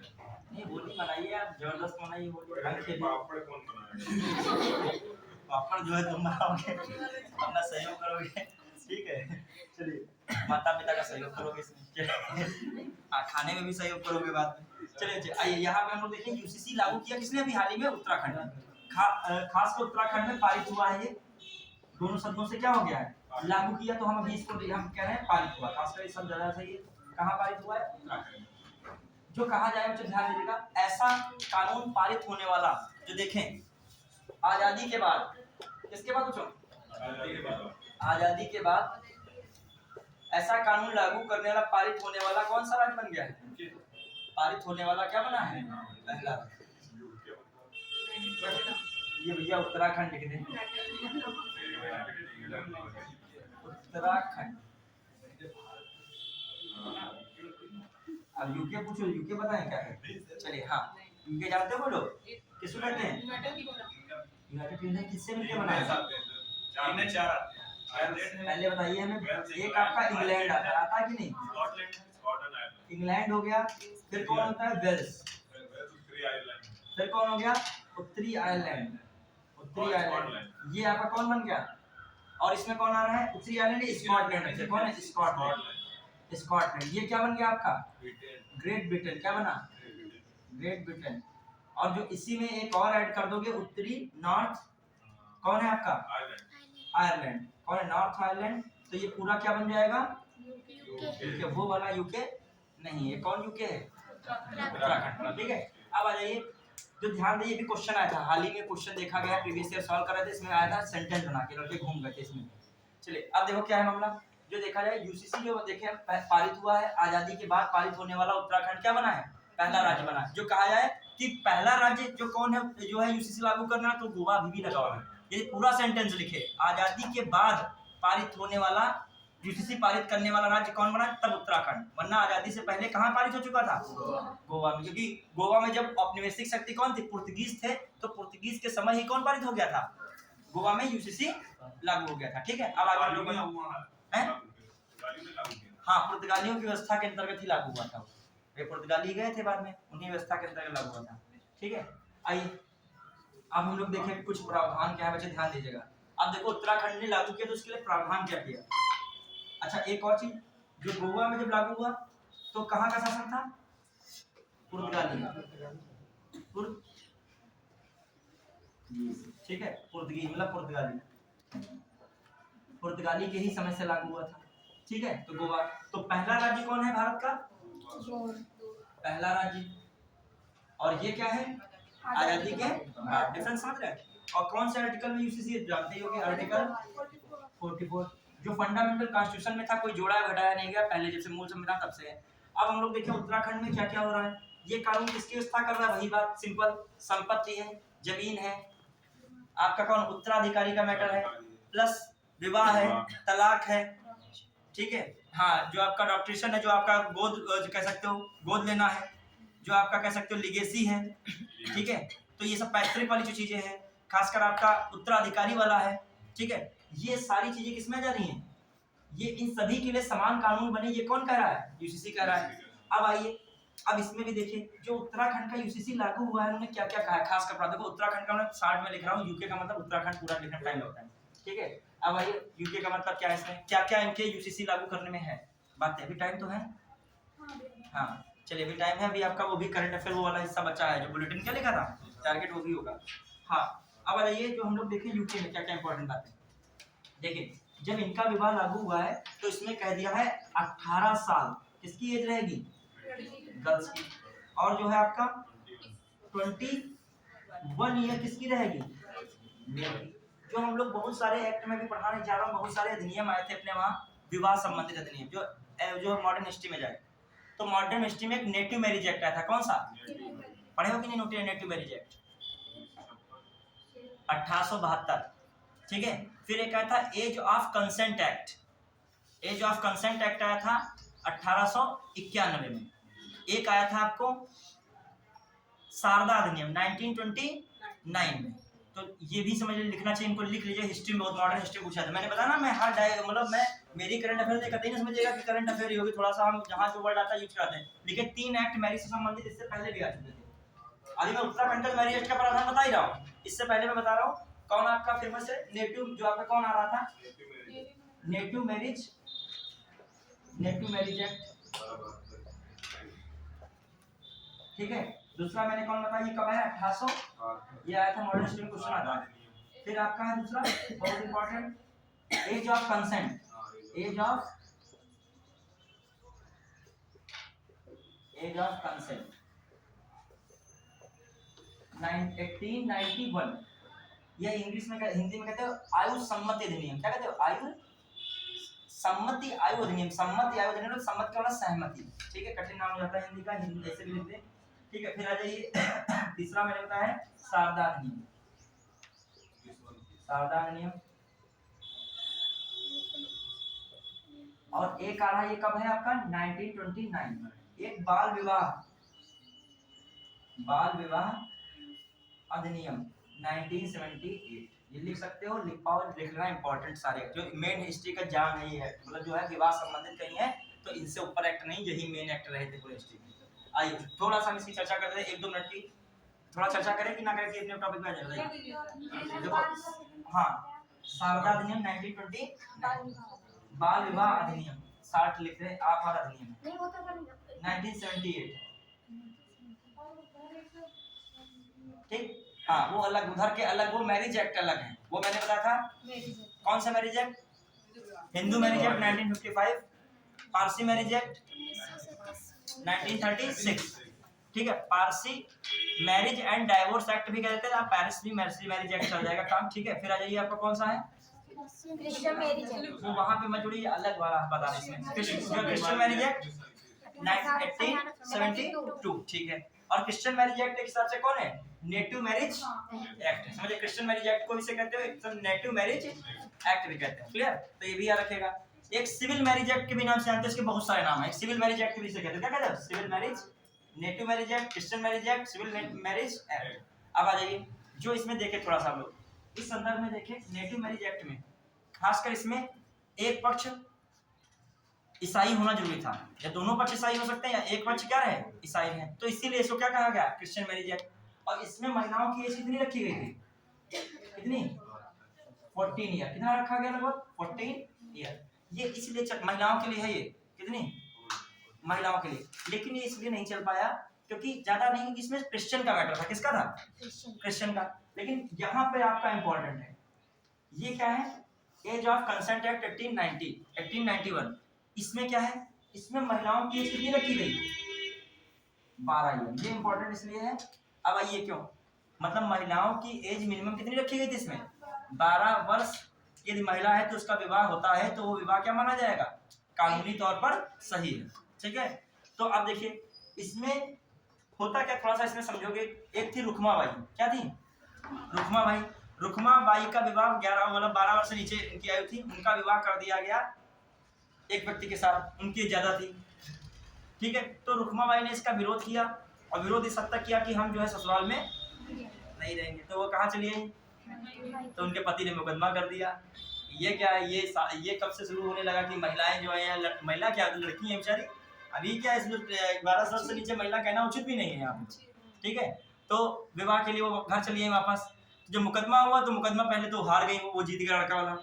फिर क्या हुआ, दोबारा जब वो हार गई तब उनसे कोर्ट ने कहा कि आपको क्या करना है, आप या फिर क्या जाइए, मतलब ससुराल में रहिए।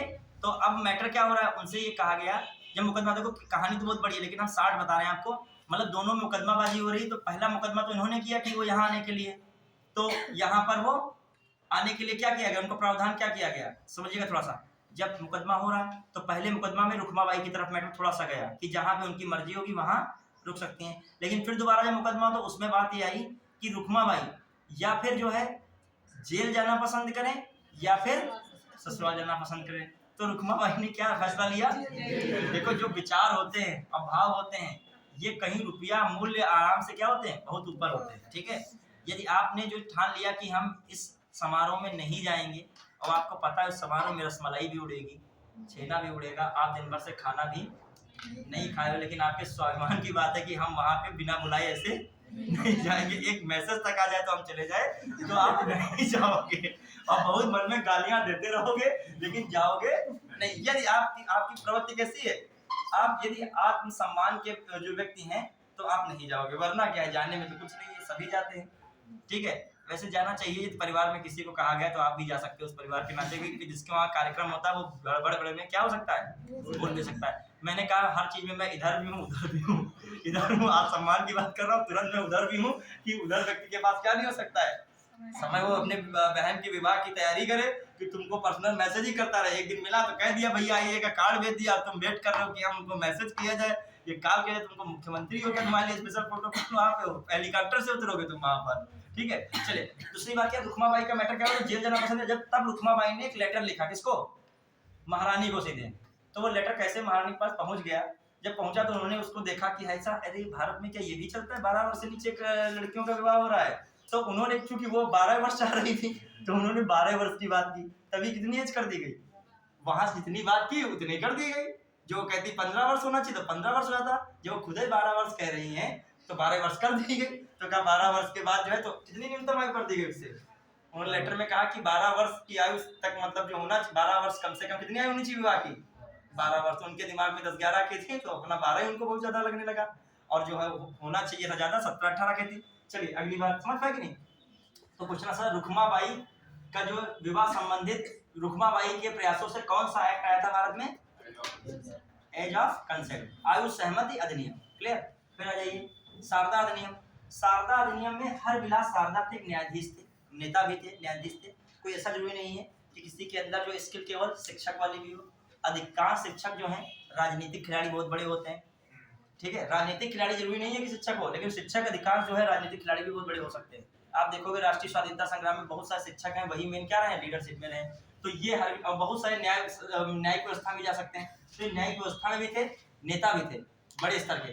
तो शारदा विलास उनका नाम था, शारदा विलास, तो उन्होंने प्रयास किया तो ये शारदा अधिनियम लाया गया, और शारदा अधिनियम के तहत 14 ईयर किसकी आयु कर दी गई, लड़कियों की, और 18 ईयर किसकी कर दी गई, बॉयज की, तो 14-18। अब फिर क्या होता है, भारत की आजादी के बाद बाल विवाह अधिनियम आता है, बाल विवाह अधिनियम में कितनी कर दी गई महिलाओं की, 18 और ये 21, तो समझ रहे हो कि नहीं। तो वर्तमान में कौन चल रही है, 18 से 21 वाली। तो बाल विवाह संशोधन अधिनियम करके इसको कहते हैं, तो ये आजकल कौन चल रही है, 18 21 चल रही है। अब यही जो उत्तराखंड ने फॉलो किया है, कौन जो चल रहा था, 18 महिलाओं की, 21 पुरुषों की, बढ़िया के उसमें कोई छेड़छाड़ नहीं की, और 2-4 और प्रावधान करने पड़ते। अब इसमें फंसला था जो है मुस्लिम पर्सनल लॉ, इनके अनुसार महिलाओं की जो है विवाह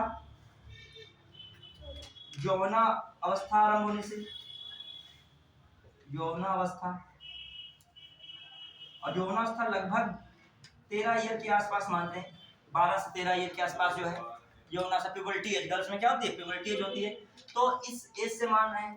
तो ये कहा जा रहा है कि ये एज के अकॉर्डिंग विवाह नहीं होगा उत्तराखंड में, किस एज के अकॉर्डिंग होगा, 18 और 21। तो पर्सनल लॉ बोर्ड की जो पर्सनल जो लॉ है इनका, मुस्लिम पर्सनल लॉ, उसकी बात को क्या कर दिया गया, दरकिनार करके कौन सा नियम करा गया, 2 विवाह, बाईगेमी, ये भी है, 2 विवाह को भी क्या कर दिया गया, मतलब जो है डुअल मैरिज को क्या कर दिया गया, फाइनली समाप्त कर दिया गया। दूसरा विवाह तभी कर सकते हो जब आपका पत्नी या पति क्या हो, जीवित ना, मतलब जो है क्या हो, जीवित ना हो, यदि जीवित है तो आप दोहरा विवाह, ये सबके लिए, एक ने भी ऊपर तो मेन तो यही है यूनिफॉर्म सिविल कोड, तो ये भी उनका जो 4 विवाह वाला नियम मुस्लिमों का क्या हो रहा है, क्लैश हो रहा है, समझिएगा।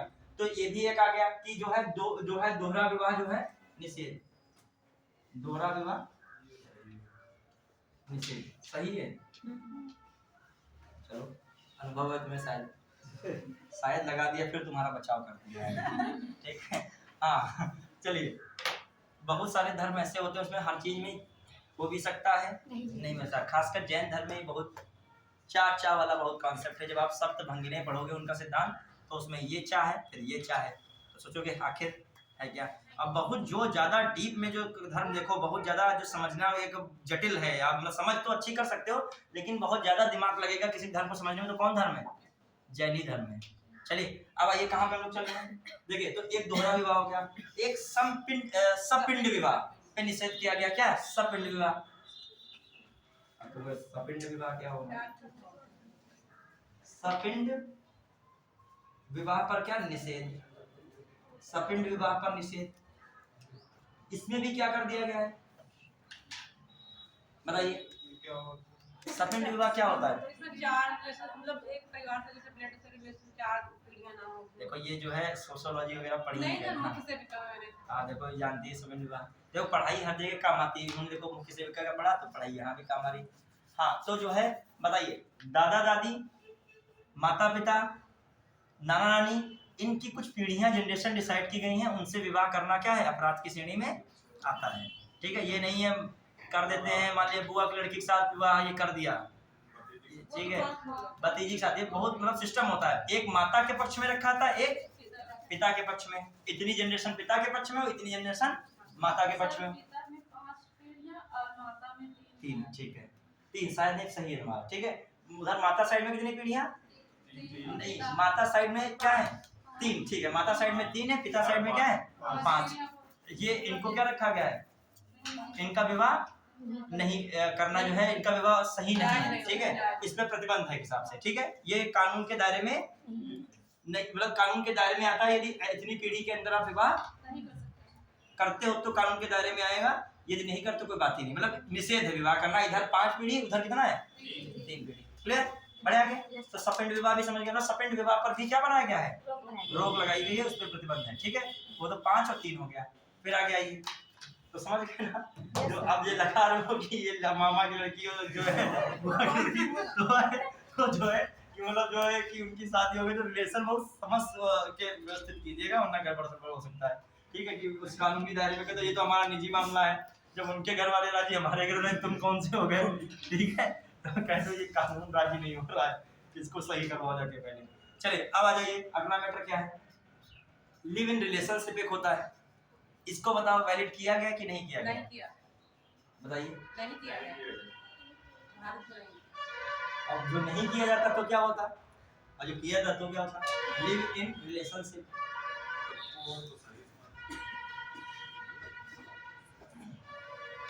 देखो क्या है, जो लिव इन रिलेशनशिप को नहीं करते, तो जीवन का अधिकार, निजता का अधिकार, बहुत सारे अधिकार के लिए सुप्रीम कोर्ट और हाई कोर्ट में खड़े होते हैं। मूल अधिकार बहुत कायदे से क्या हो रहे थे, क्लैश हो रहे थे। तो लिव इन रिलेशनशिप को क्या दी गई है? मान्यता दी गई है। क्या दी गई? मान्यता। संविधान में क्या?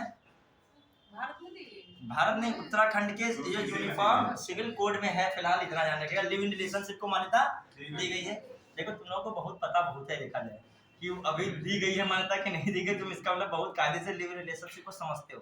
तो लिव इन रिलेशनशिप के लेकिन कुछ टर्म एंड कंडीशन भी होती है, ये भी होता है। ये नहीं होता हवाबाजी लिव इन रिलेशनशिप। ऐसे नहीं मान्यता दे दी गई है कि जो है कोई भारत का कहीं का भी व्यक्ति गया है, उत्तराखंड में रहने लगा है और 4 राज्यों की पुलिस उसके पीछे पड़ी हुई है, दोनों लोगों के, लड़की के अलग तरफ से, लड़के के अलग तरफ से। ऐसा नहीं है कि लिव इन रिलेशनशिप मतलब भाग भूग के कहीं से आए हो आप लोग, आपको जानकारी पूरी देनी होगी। यदि आए हो वैलिड है चीजें तो क्लियर है। देखिए पहली बात, भागने का मैटर क्या है, ये बालिग हो, पहली बात की नहीं बालिग हो, कि मतलब लड़के तरफ से 21 वर्ष है, लड़की तरफ से कितना होना चाहिए? 18 वर्ष। कहने का मतलब ये है, मतलब लड़का जो है ज्यादा एज का, लड़की कम एज की है। पापा ने पुलिस रिपोर्ट यही लिखाई है क्या, लड़की जो है कम एज की है, लड़के कोई बात नहीं मानी जाएगी ना, लड़की का कोई सपना उधर माना जाएगा। वो यदि 17 साल 11 महीना भी निकलेगी तब भी लड़के को पूरा गिरफ्तार करके बहुत तगड़ी सजा मिलेगी। वहाँ कोई मैटर नहीं रहेगा, क्योंकि सारी रिपोर्ट किसकी मानी जाएंगी? पापा ने जो जो तहरीर दी होगी पुलिस को, सारी बातें बहला फुसला के सब कुछ माना जाएगा, लिखवाई गई जो भी रिपोर्ट है। तो उस आधार पे मान लीजिए आप उत्तराखंड चले गए तो पनाहगाह बन जाएगा उत्तराखंड। लिव इन रिलेशनशिप कोई करेगा तो भाग के कहाँ जाएगा? तो उत्तराखंड पहुंच जाएगा। तो उत्तराखंड ने कुछ कंडीशन भी लगाई, हमारा राज्य की अराजकता का तो नहीं वो शिकार हो जाएगा कि उत्तर प्रदेश के उधर से आ रहे हैं, हिमाचल प्रदेश के उधर से आ रहे हैं। ठीक है, तो एक सिस्टम रहेगा लिव इन रिलेशनशिप कि आपको जो है अधिकारी को जानकारी देनी होगी। अधिकारी आपके वहां चेक करने जाएगा कि आप बालिग हो, कि नाबालिग हो, आपका क्या मैटर है वो भी जानकारी में होना चाहिए, ठीक है। उस आधार पे क्या रहेगा, लिव इन रिलेशन बाहर के लोग भी हैं उनके लिए वैलिड है, और उत्तराखंड में जो है उनके लिए भी वैलिड है। यहाँ तक कि जो है कोई भी बच्चा यदि होता है तो उसको भी कानूनी संरक्षण क्या किया जाएगा, प्रदान किया जाएगा। तो ये भी ध्यान रखिएगा, जब ऐसे क्वेश्चन आते हैं तो दिमाग में तुम्हारे निगेटिव ही जाएगा, तो फिर सोचोगे भारत जो है संस्कृत प्रधान देश है तो ये शायद ना हो, तो ये पक्का वहीं होगा, तो ऑप्शन में यही जरूर रखिएगा, ठीक है। चलिए अब आ जाइए दूसरी बात, लिखित प्रमाण पत्र देना पड़ेगा, प्रमाण क्या यही प्रमाण है कि आप, रजिस्ट्रेशन कराना हाँ पड़ेगा। अब आइए देखो, रजिस्ट्रेशन तो अधिकारी जब जाएगा जांच आपकी करेगा, जांच का मतलब आप कहाँ से आए हो, आपका कहाँ पे आधार कार्ड है, आप लोग जो है वैलिड हो कि नहीं, एज वाला सर्टिफिकेट, आप अपनी मनमर्जी से रह रहे हो, किसी दबाव जोर जबरदस्ती के तो नहीं है, कोई इसमें लालच है, कोई षड्यंत्र नहीं है, तो ऐसी स्थिति में लिव इन रिलेशन से माना जाएगा, तो इसके लिए आपको मान्यता तो लेनी पड़ेगी, रजिस्ट्रेशन तो होगा ही। इन सबका रजिस्ट्रेशन में विवाह कराओगे उसका भी रजिस्ट्रेशन, यदि 60 दिन के आप अंदर रजिस्ट्रेशन नहीं कराते हो तो आपको कारावास की सजा भी हो सकती है, 10,000 रुपया क्या पड़ सकता है, जुर्माना भी पड़ सकता है, क्लियर। यदि आप गलत जानकारी देते हो लिव इन रिलेशनशिप या कोई भी विवाह संबंधी, तो उसके लिए भी बहुत तगड़ा प्रावधान है, 6 महीने का कारावास है, और जो है 25,000 रुपया क्या है, जुर्माना है। 6 महीने से 3 वर्ष का जो है आपका कारावास हो सकता है, ठीक है। तो मतलब जो है प्रावधान जो बड़े जटिल रखे गए, ऐसा नहीं है, मतलब ये अभी तो बड़ी समझाई जाने बात है, आगे सब क्या रख दिया गया, जेल और जुर्माना, हर चीज में जेल है और क्या है, जुर्माना है, तो ये चीज ध्यान रखिएगा।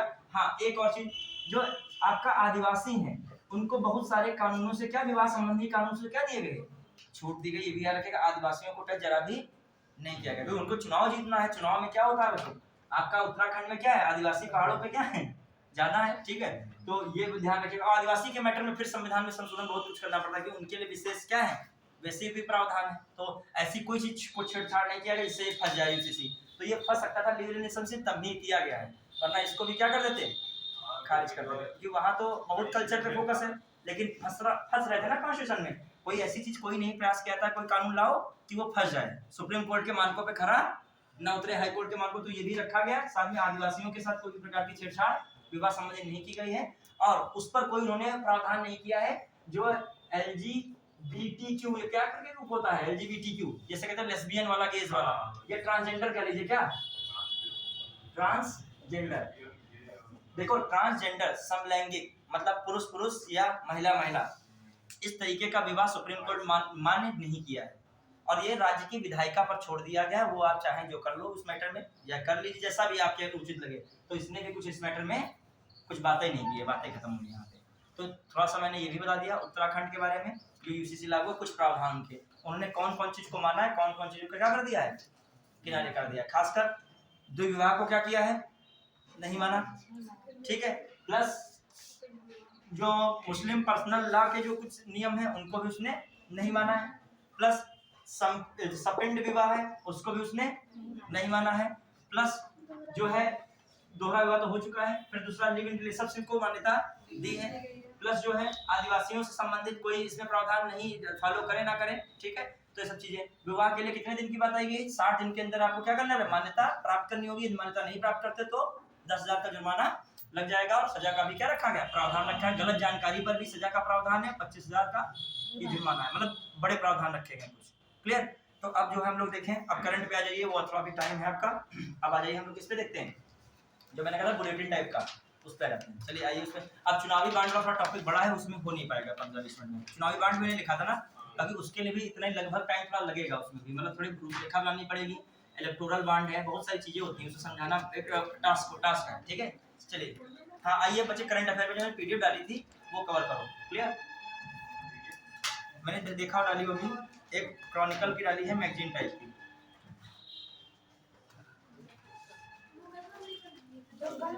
हाँ उसी में भी हम लोग आगे बढ़ रहे हैं।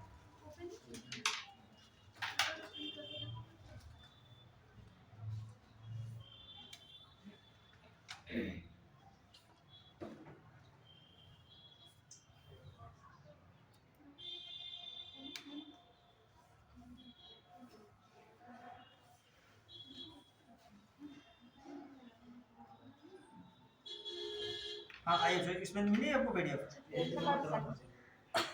एक सेकंड,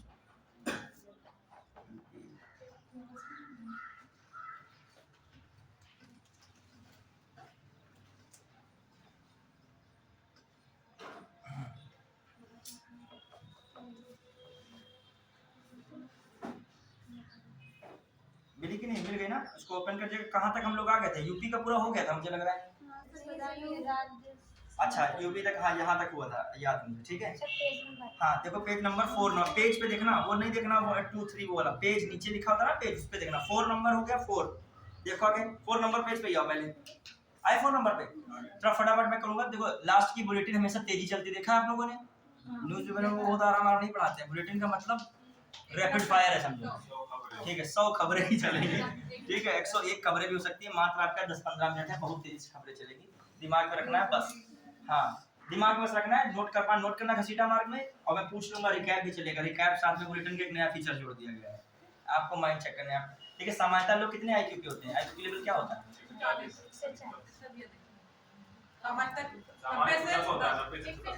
110 के आसपास वाला कॉमन सेंस वाला व्यक्ति होता है, और कुछ लोग 90 के नीचे होते हैं, वो थोड़ा सा, अगर जो है 40 से डेढ़ा बैठा टाइप के बिल्कुल ही होंगे, कोई उनका मतलब ही नहीं होगा, और जो 150-60 वाले में भी है उनसे टकराइएगा भी नहीं, बहुत विलक्षणी टाइप के होंगे, वो जो है गॉड गिफ्टेड लोग होते हैं, ठीक है। आप लोगों में से कोई लोग छिपे होंगे, ठीक है। हाँ अति प्रतिभाशाली किस्म के होंगे, जैसे कुछ लोग अति सामाजिक होते हैं, अति वाले लोग बड़े जो है जबरदस्त होते हैं, कुछ लोग अति राष्ट्रवादी होते हैं, अति धार्मिक होते हैं, ठीक है। अति पढ़ने वाले होते हैं, जो भी चाहे बस पढ़ते रहते हैं, क्या वो कोई मतलब नहीं, बस पढ़ना ही पढ़ना है उनको, कोई भी किताब पा जाए पढ़े रहेंगे, देखेंगे नहीं किताब का शीर्षक क्या है, बस खोलेंगे किताब पढ़ते रहेंगे, पूछ रहे हैं क्या निष्कर्ष भैया निकला है, जो पूरा पढ़ डालेंगे, ये तुम्हारा दृष्टि की भी पढ़ डालेंगे, उसकी क्या होता है वो ध्येय की भी पढ़ डालेंगे, ठीक है। कोई और को करंट दे दोगे दुनिया भर की, कोई और भी पढ़ डालेंगे, यही समान नागरिक संहिता पढ़ डालेंगे। फिर भैया पूछो कि पक्ष में भैया क्या तर्क, आप 5 बता दीजिए, अब बैठे हैं रट रहे हैं, ये हो सकता है, ये भी हो सकता है, क्योंकि वो क्या कर रहे हैं, रट रहे हैं। आप एक टॉपिक पढ़ो, भले एक जगह से पढ़ो, एक टीचर पढ़ो, लेकिन उसके बारे में पूरा क्या कर सको, 1.5 पन्ना 2 पन्ना आप आराम से लिख सको। हमेशा याद रखिए, जो पढ़िए लिखने की क्षमता अंदर होनी चाहिए, नहीं लिख पा रहे तो इसका मतलब वो याद भी नहीं है कहीं ना कहीं आपको। आइए याद है तो भूल जाओगे 2 दिन में, कहाँ पूछे। देखिए मैंने कल जो पढ़ाया था, बुलेटिन बहुत तेज स्टार्ट हो रहा है, देखो पहला टॉपिक पॉइंट था क्या, यूपी इन्वेस्टर समिट का ग्राउंड ब्रेकिंग समारोह हुआ है, फर्स्ट बात मैंने कल पढ़ दी। अब सुनिएगा सब लोग बहुत ध्यान से, बहुत फास्ट हम करेंगे, सब छूट छाट जाएगा, बहुत फास्ट देखिएगा। अभी पेज नंबर नहीं मिला है, 1 नंबर पे देखिए, पेज नंबर 4 पे मिला कि नहीं, मिल गया,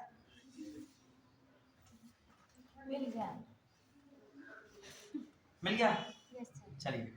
हाँ उसमें लिखा है, देखिए पहला क्या है, यूपी इन्वेस्टर समिट का ग्राउंड ब्रेकिंग समारोह। तो उस समारोह में देखिए 19 फरवरी 2024 को लखनऊ में उत्तर प्रदेश वैश्विक निवेश सम्मेलन के चौथे ग्राउंड ब्रेकिंग समारोह का उद्घाटन, जो कल मैंने पढ़ाया था, जो चौथा ग्राउंड ब्रेकिंग समारोह हुआ है, कहाँ हुआ है, लखनऊ में। किसने उसका इनॉग्रेशन किया है, पीएम नरेंद्र मोदी ने। समीक्षा अधिकारी पूछा गया था, लखनऊ इन्वेस्टर समिट का उद्घाटन राष्ट्रपति द्वारा किया गया, सेंटेंस क्या था, गलत था, एक सेंटेंस दिया था, इन्वेस्टर समिट जो लखनऊ जो इन्वेस्टर समिट का आयोजन कहाँ किया गया, लखनऊ, ये बात क्या थी, सही थी। तो 23 में जो इन्वेस्टर समिट उत्तर प्रदेश के लखनऊ में आयोजित हुआ था, लेकिन इसका जो कह सकते हो ग्राउंड ब्रेकिंग समारोह कब मनाया गया है, 24 में। किसने उद्घाटन फिर से किया, नरेंद्र मोदी ने।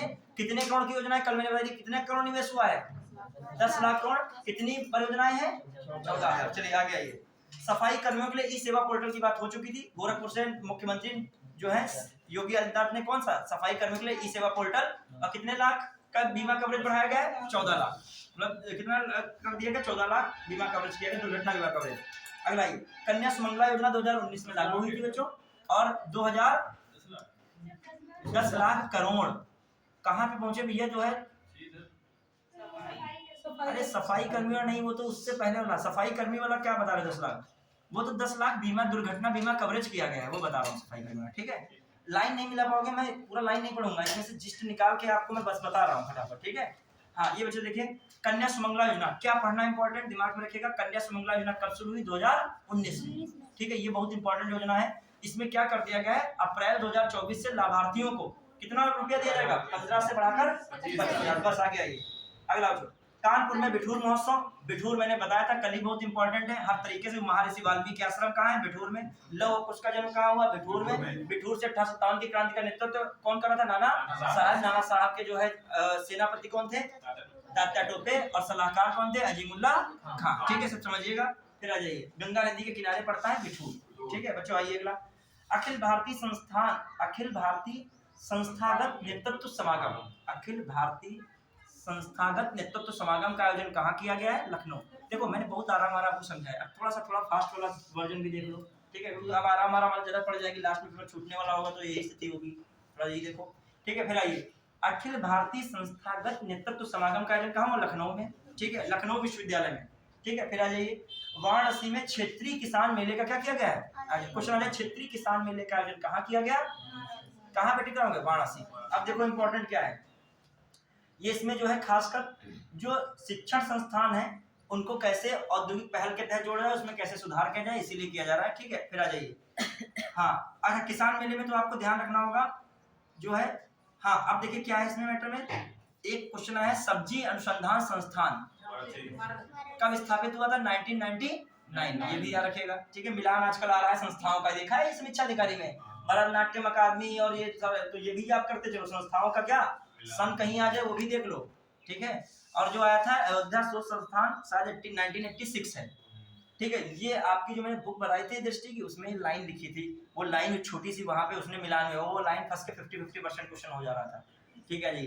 कहाँ का कौन, ऐसे जब पढ़ रहे हो बुक ऐसे इसमें से एक लाइन निकल आई, मान लीजिए यही 1919 वाली कौन, भारतीय सब्जी अनुसंधान संस्थान की लाइन निकल आई, आपने देखा 1919, ये तो नहीं तो पढ़े थे हम, मिलान लगा दोगे। आइए अगला कहाँ पे, वाराणसी में क्षेत्रीय किसान मेला भी। बनारस हिंदू विश्वविद्यालय में मानव डीएनए बैंक, बहुत इंपॉर्टेंट है, क्वेश्चन आएगा उत्तर भारत का, लिख भी सकते हो, कोई ऐसा नहीं पेन न चलाओ, गोदा गोदी थोड़ा बहुत किया करो, भले जो है न लिखो पूरा, जो होना जरूरी होता है सब हमारे अकॉर्डिंग, ऐसे नहीं है तो इतना लिख लिया बीएचयू, कुछ नहीं था तो यही लिख लिया, बैंक कोई चल रहा था, डीएनए बैंक, बस आप समझ जाओगे। उत्तर भारत का जो पहला मानव जो डीएनए बैंक है वो कहाँ पर बनाया गया? आप टिक लगा दोगे बी एच यू, क्लियर, समझ पाए कि नहीं? फिर आ जाइए, कहाँ पे हम लोग पहुंचे, अयोध्या के लिए कितनी नई उड़ान सेवा शुरू की गई हैं? 8 नई उड़ान सेवाएं शुरू की गई हैं। फिर आ जाइए, अब देखो ये उड़ान सेवा बच्चों कहाँ कहाँ है? दिल्ली हो गया, चेन्नई हो गया, अहमदाबाद हो गया, और कौन है आपका, जयपुर है, पटना है, दरभंगा है, मुंबई है, बंगलुरु है, और कोई है? बस, तो कम से कम 8 जो याद रखेगा, इसे दिमाग में रखेगा, 8 नई उड़ान सेवाएं शुरू की गई हैं, इनमें कौन संबंधित नहीं है वो रख देगा। अभी कोई कन्याकुमारी, आपको काश एक बार लाइन देखे तो कन्याकुमारी पता है, इसमें नहीं आया, आया कि तिरुवनंतपुरम कन्याकुमारी नहीं। चलिए अब आइए कहाँ पे पहुंचे, अच्छा जो ये इंटरनेशनल पोर्ट है उसका क्या नाम है? महर्षि वाल्मीकि इंटरनेशनल एयरपोर्ट, लखनऊ के जो अयोध्या में बनाया गया, क्लियर। फिर हाँ बच्चे देखिए, अब मिला पेज सबको क्लियर है ना? फिर आइए, सौर ऊर्जा रूफटॉप पावर प्रोजेक्ट का लोकार्पण कहाँ किया गया है? मेरठ में लाला लाजपत राय मेडिकल कॉलेज। लाला लाजपत राय जानते ही हो, इन्होंने वंदे मातरम इन्होंने भी पत्र लिखा, किसमें भाषा में है? उर्दू भाषा में, ठीक है, याद रखिएगा। आइए फिर तो इनका बहुत योगदान है, कम पड़ जाएगी बातें, समय कम पड़ जाएगा बताने में। फिर आइए कहाँ पे हम लोग चले, बदायूं के एचपीसीएल के बायोगैस प्लांट का उद्घाटन, क्वेश्चन आ जाए, एचपीसीएल के बायोगैस प्लांट का उद्घाटन कहाँ हुआ? बदायूं में, बस ठीक है। फिर देख लीजिए, और हाँ एक देखिए, इस मौके पर बदायूं के अलावा जनपद सीतापुर, जौनपुर, बरेली, कन्नौज, कानपुर देहात, अमेठी, बहराइच और फतेहपुर में स्थापित होने वाले बायोगैस संयंत्रों का शिलान्यास किया गया। तो एक दिमाग में भी रख सकते हो कि सीतापुर है, जौनपुर है, बरेली है, कन्नौज है, कानपुर देहात है, अमेठी है, बहराइच है, फतेहपुर, इन जगहों पर भी बायोगैस प्लांट का क्या किया गया है? मान लीजिए आ जाए, इनमें से किया गया, गोरखपुर लगा दे, गोरखपुर कहीं मिल रहा है? वाराणसी मिल रहा है क्या? नहीं। आपका कन्नौज मिल रहा है? मिल रहा है। सीतापुर मिल रहा है? मिल रहा है। जौनपुर मिल रहा है? मिल रहा है। फतेहपुर मिल रहा है? मिल रहा है, क्लियर। फिर आ जाइए कहाँ पे, अब आइए थोड़ा सा हेडलाइन इस पे देखिए चौके फटाक से। 16 फरवरी 2024 को लखनऊ में 67वीं all India police duty meet का आयोजन किया गया।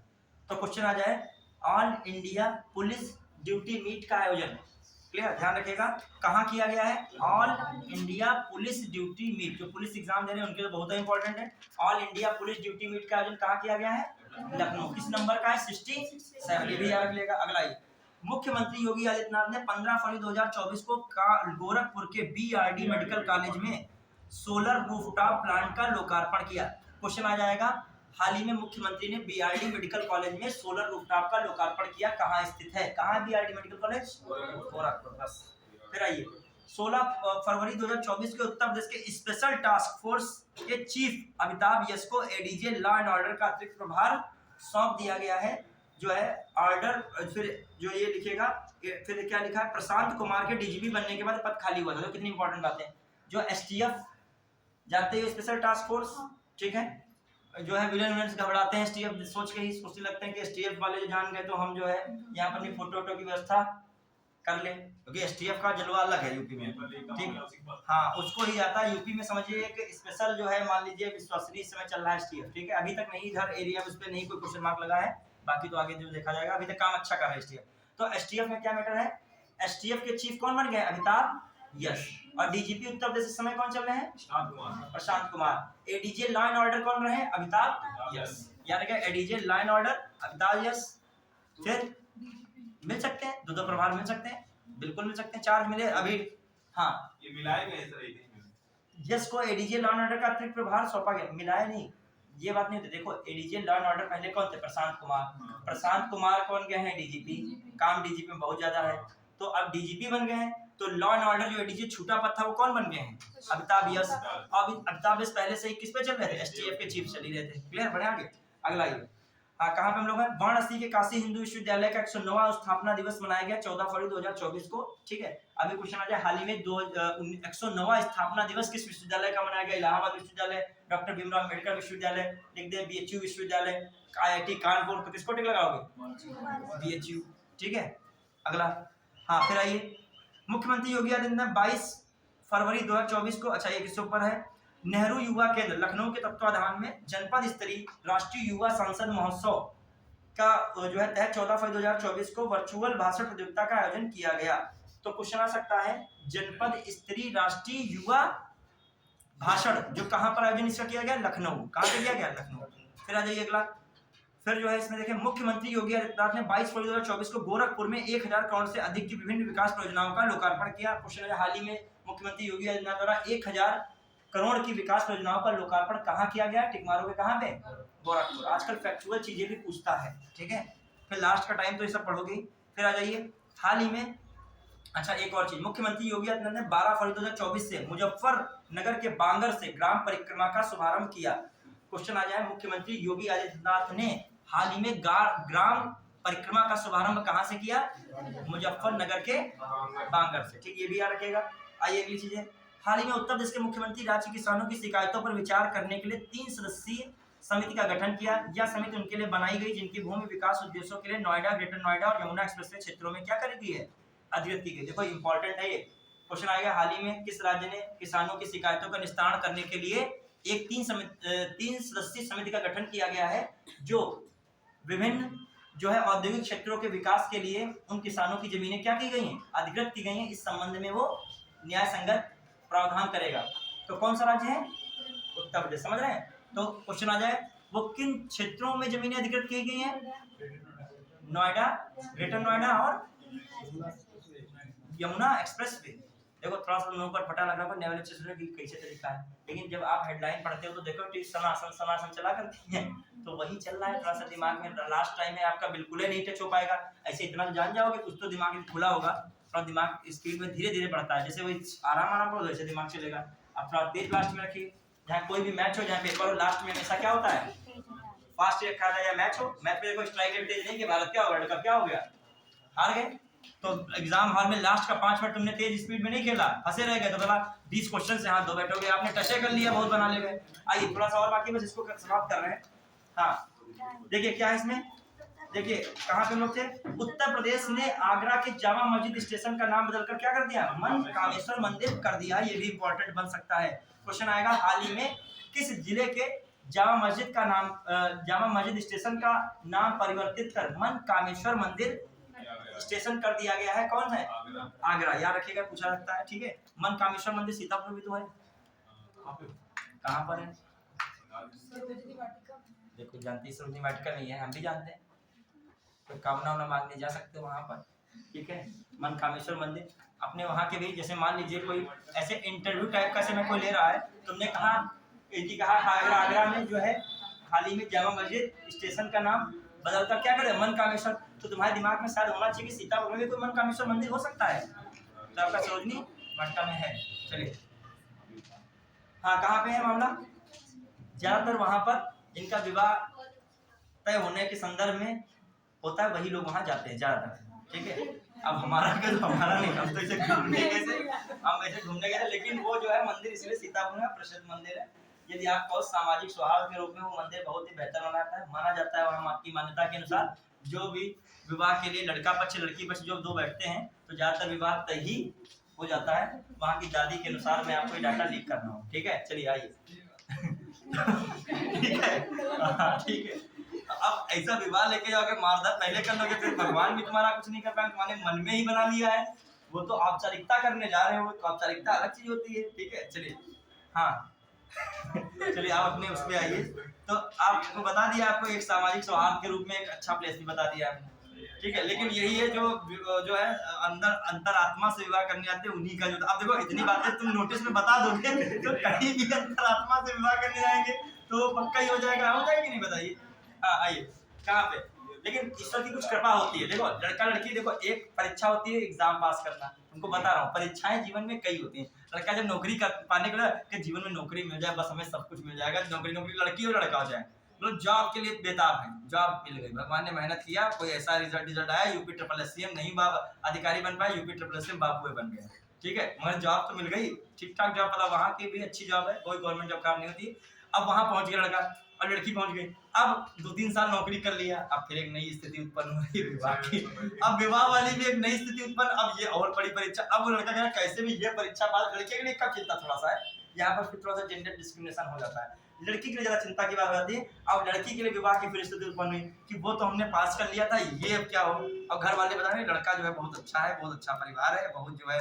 अब स्थिति सब डिपेंड है, लड़का लड़की को पसंद करेगा, मतलब होता है दिखाई वाला सिस्टम, एक होता है परंपरा, पहले इतना नहीं चलता था, अब तो ये सब चलता भी है, ठीक है। अब एक लड़की के लिए अग्नि परीक्षा से कम नहीं है, वो लड़के के लिए इतनी बड़ी बात नहीं है, ठीक है। लेकिन है लड़के के लिए भी, लड़की रिजेक्ट लड़के को कर दे तो सामाजिक तौर पे और बेइज्जती हो जाएगी, ठीक है। वो लड़की के हम भूखे मर जाएंगे, हम शादी बिना रहे, हम लड़के शादी नहीं करेंगे। बस तुमने बातचीत 5 मिनट की हुई, उस 5 मिनट की बातचीत में तुमने कुछ क्या पूछ लिया, क्या बात कर ली, सब मामला चलते चलते क्या हो गया, इधर सारी मिठाई बढ़ चुकी थी, चाय वाय हो चुकी थी, सब आपस में परिवार मिल चुके थे, लेकिन तुम दो लोग ऐसा वहाँ कुछ बातें कर रहे हो, वो रास्ते जा रहे हो इधर। तो ये भी एक अग्नि परीक्षा है। अब कुछ लड़कियां कलाकार होती हैं, मतलब क्या होती हैं, उनके अंदर एक बात करने का तरीका है। यहाँ पर बात बिगड़ी चल रही है दो परिवारों के बीच, वहां पर लड़की लड़के ने इतनी अच्छी बात की कि वो क्या हो गया, मामला सब बन गया, इधर नहीं बन पा रहा था, लड़का लड़की का टैलेंट था। चलिए ये भी क्या है, इंटरव्यू बहुत बड़े लेवल का इंटरव्यू होता है जीवन का। चलिए हमारा एक्सपीरियंस नहीं है, लेकिन हम जो है चारों तरफ समाज में देखे इन चीजों को बताते हैं। आइए हाँ, उत्तर प्रदेश में 1-2 लाइन बची, इसको खत्म करें। पीलीभीत जनपद में सरकारी समर्थन मूल्य योजना के तहत 124 गेहूं खरीद केंद्र खोले जाएंगे।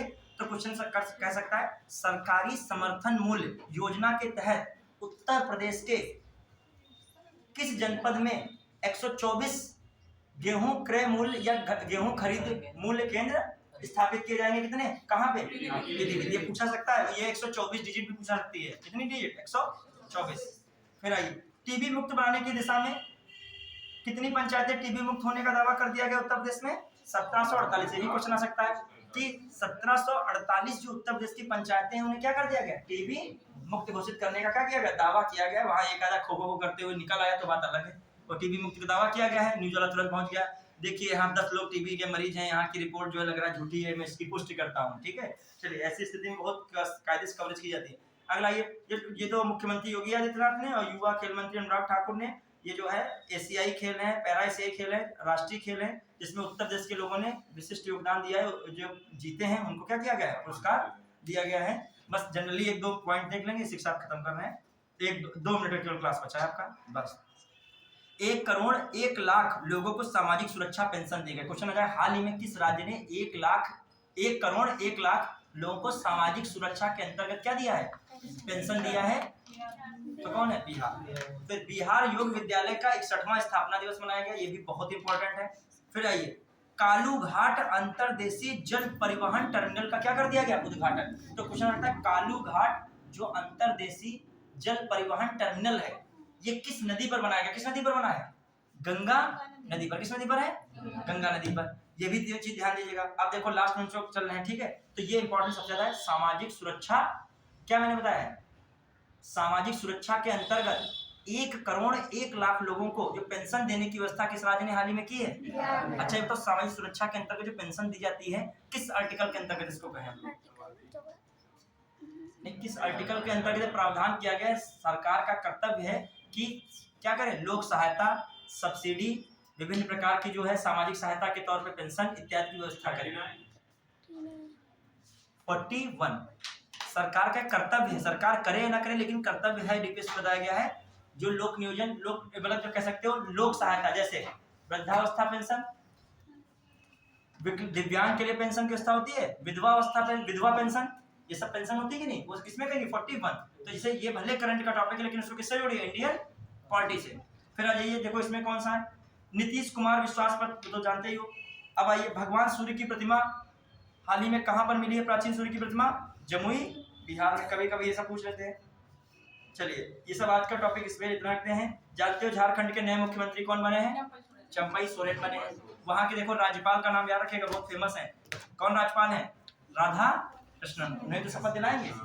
तो और देखिए इसमें करंट अफेयर में बुलेटिन में हाल ही में कहां पर आरक्षण 10% बढ़ा, आरक्षण जल्द में ही 10% आरक्षण बढ़ा दिया गया है।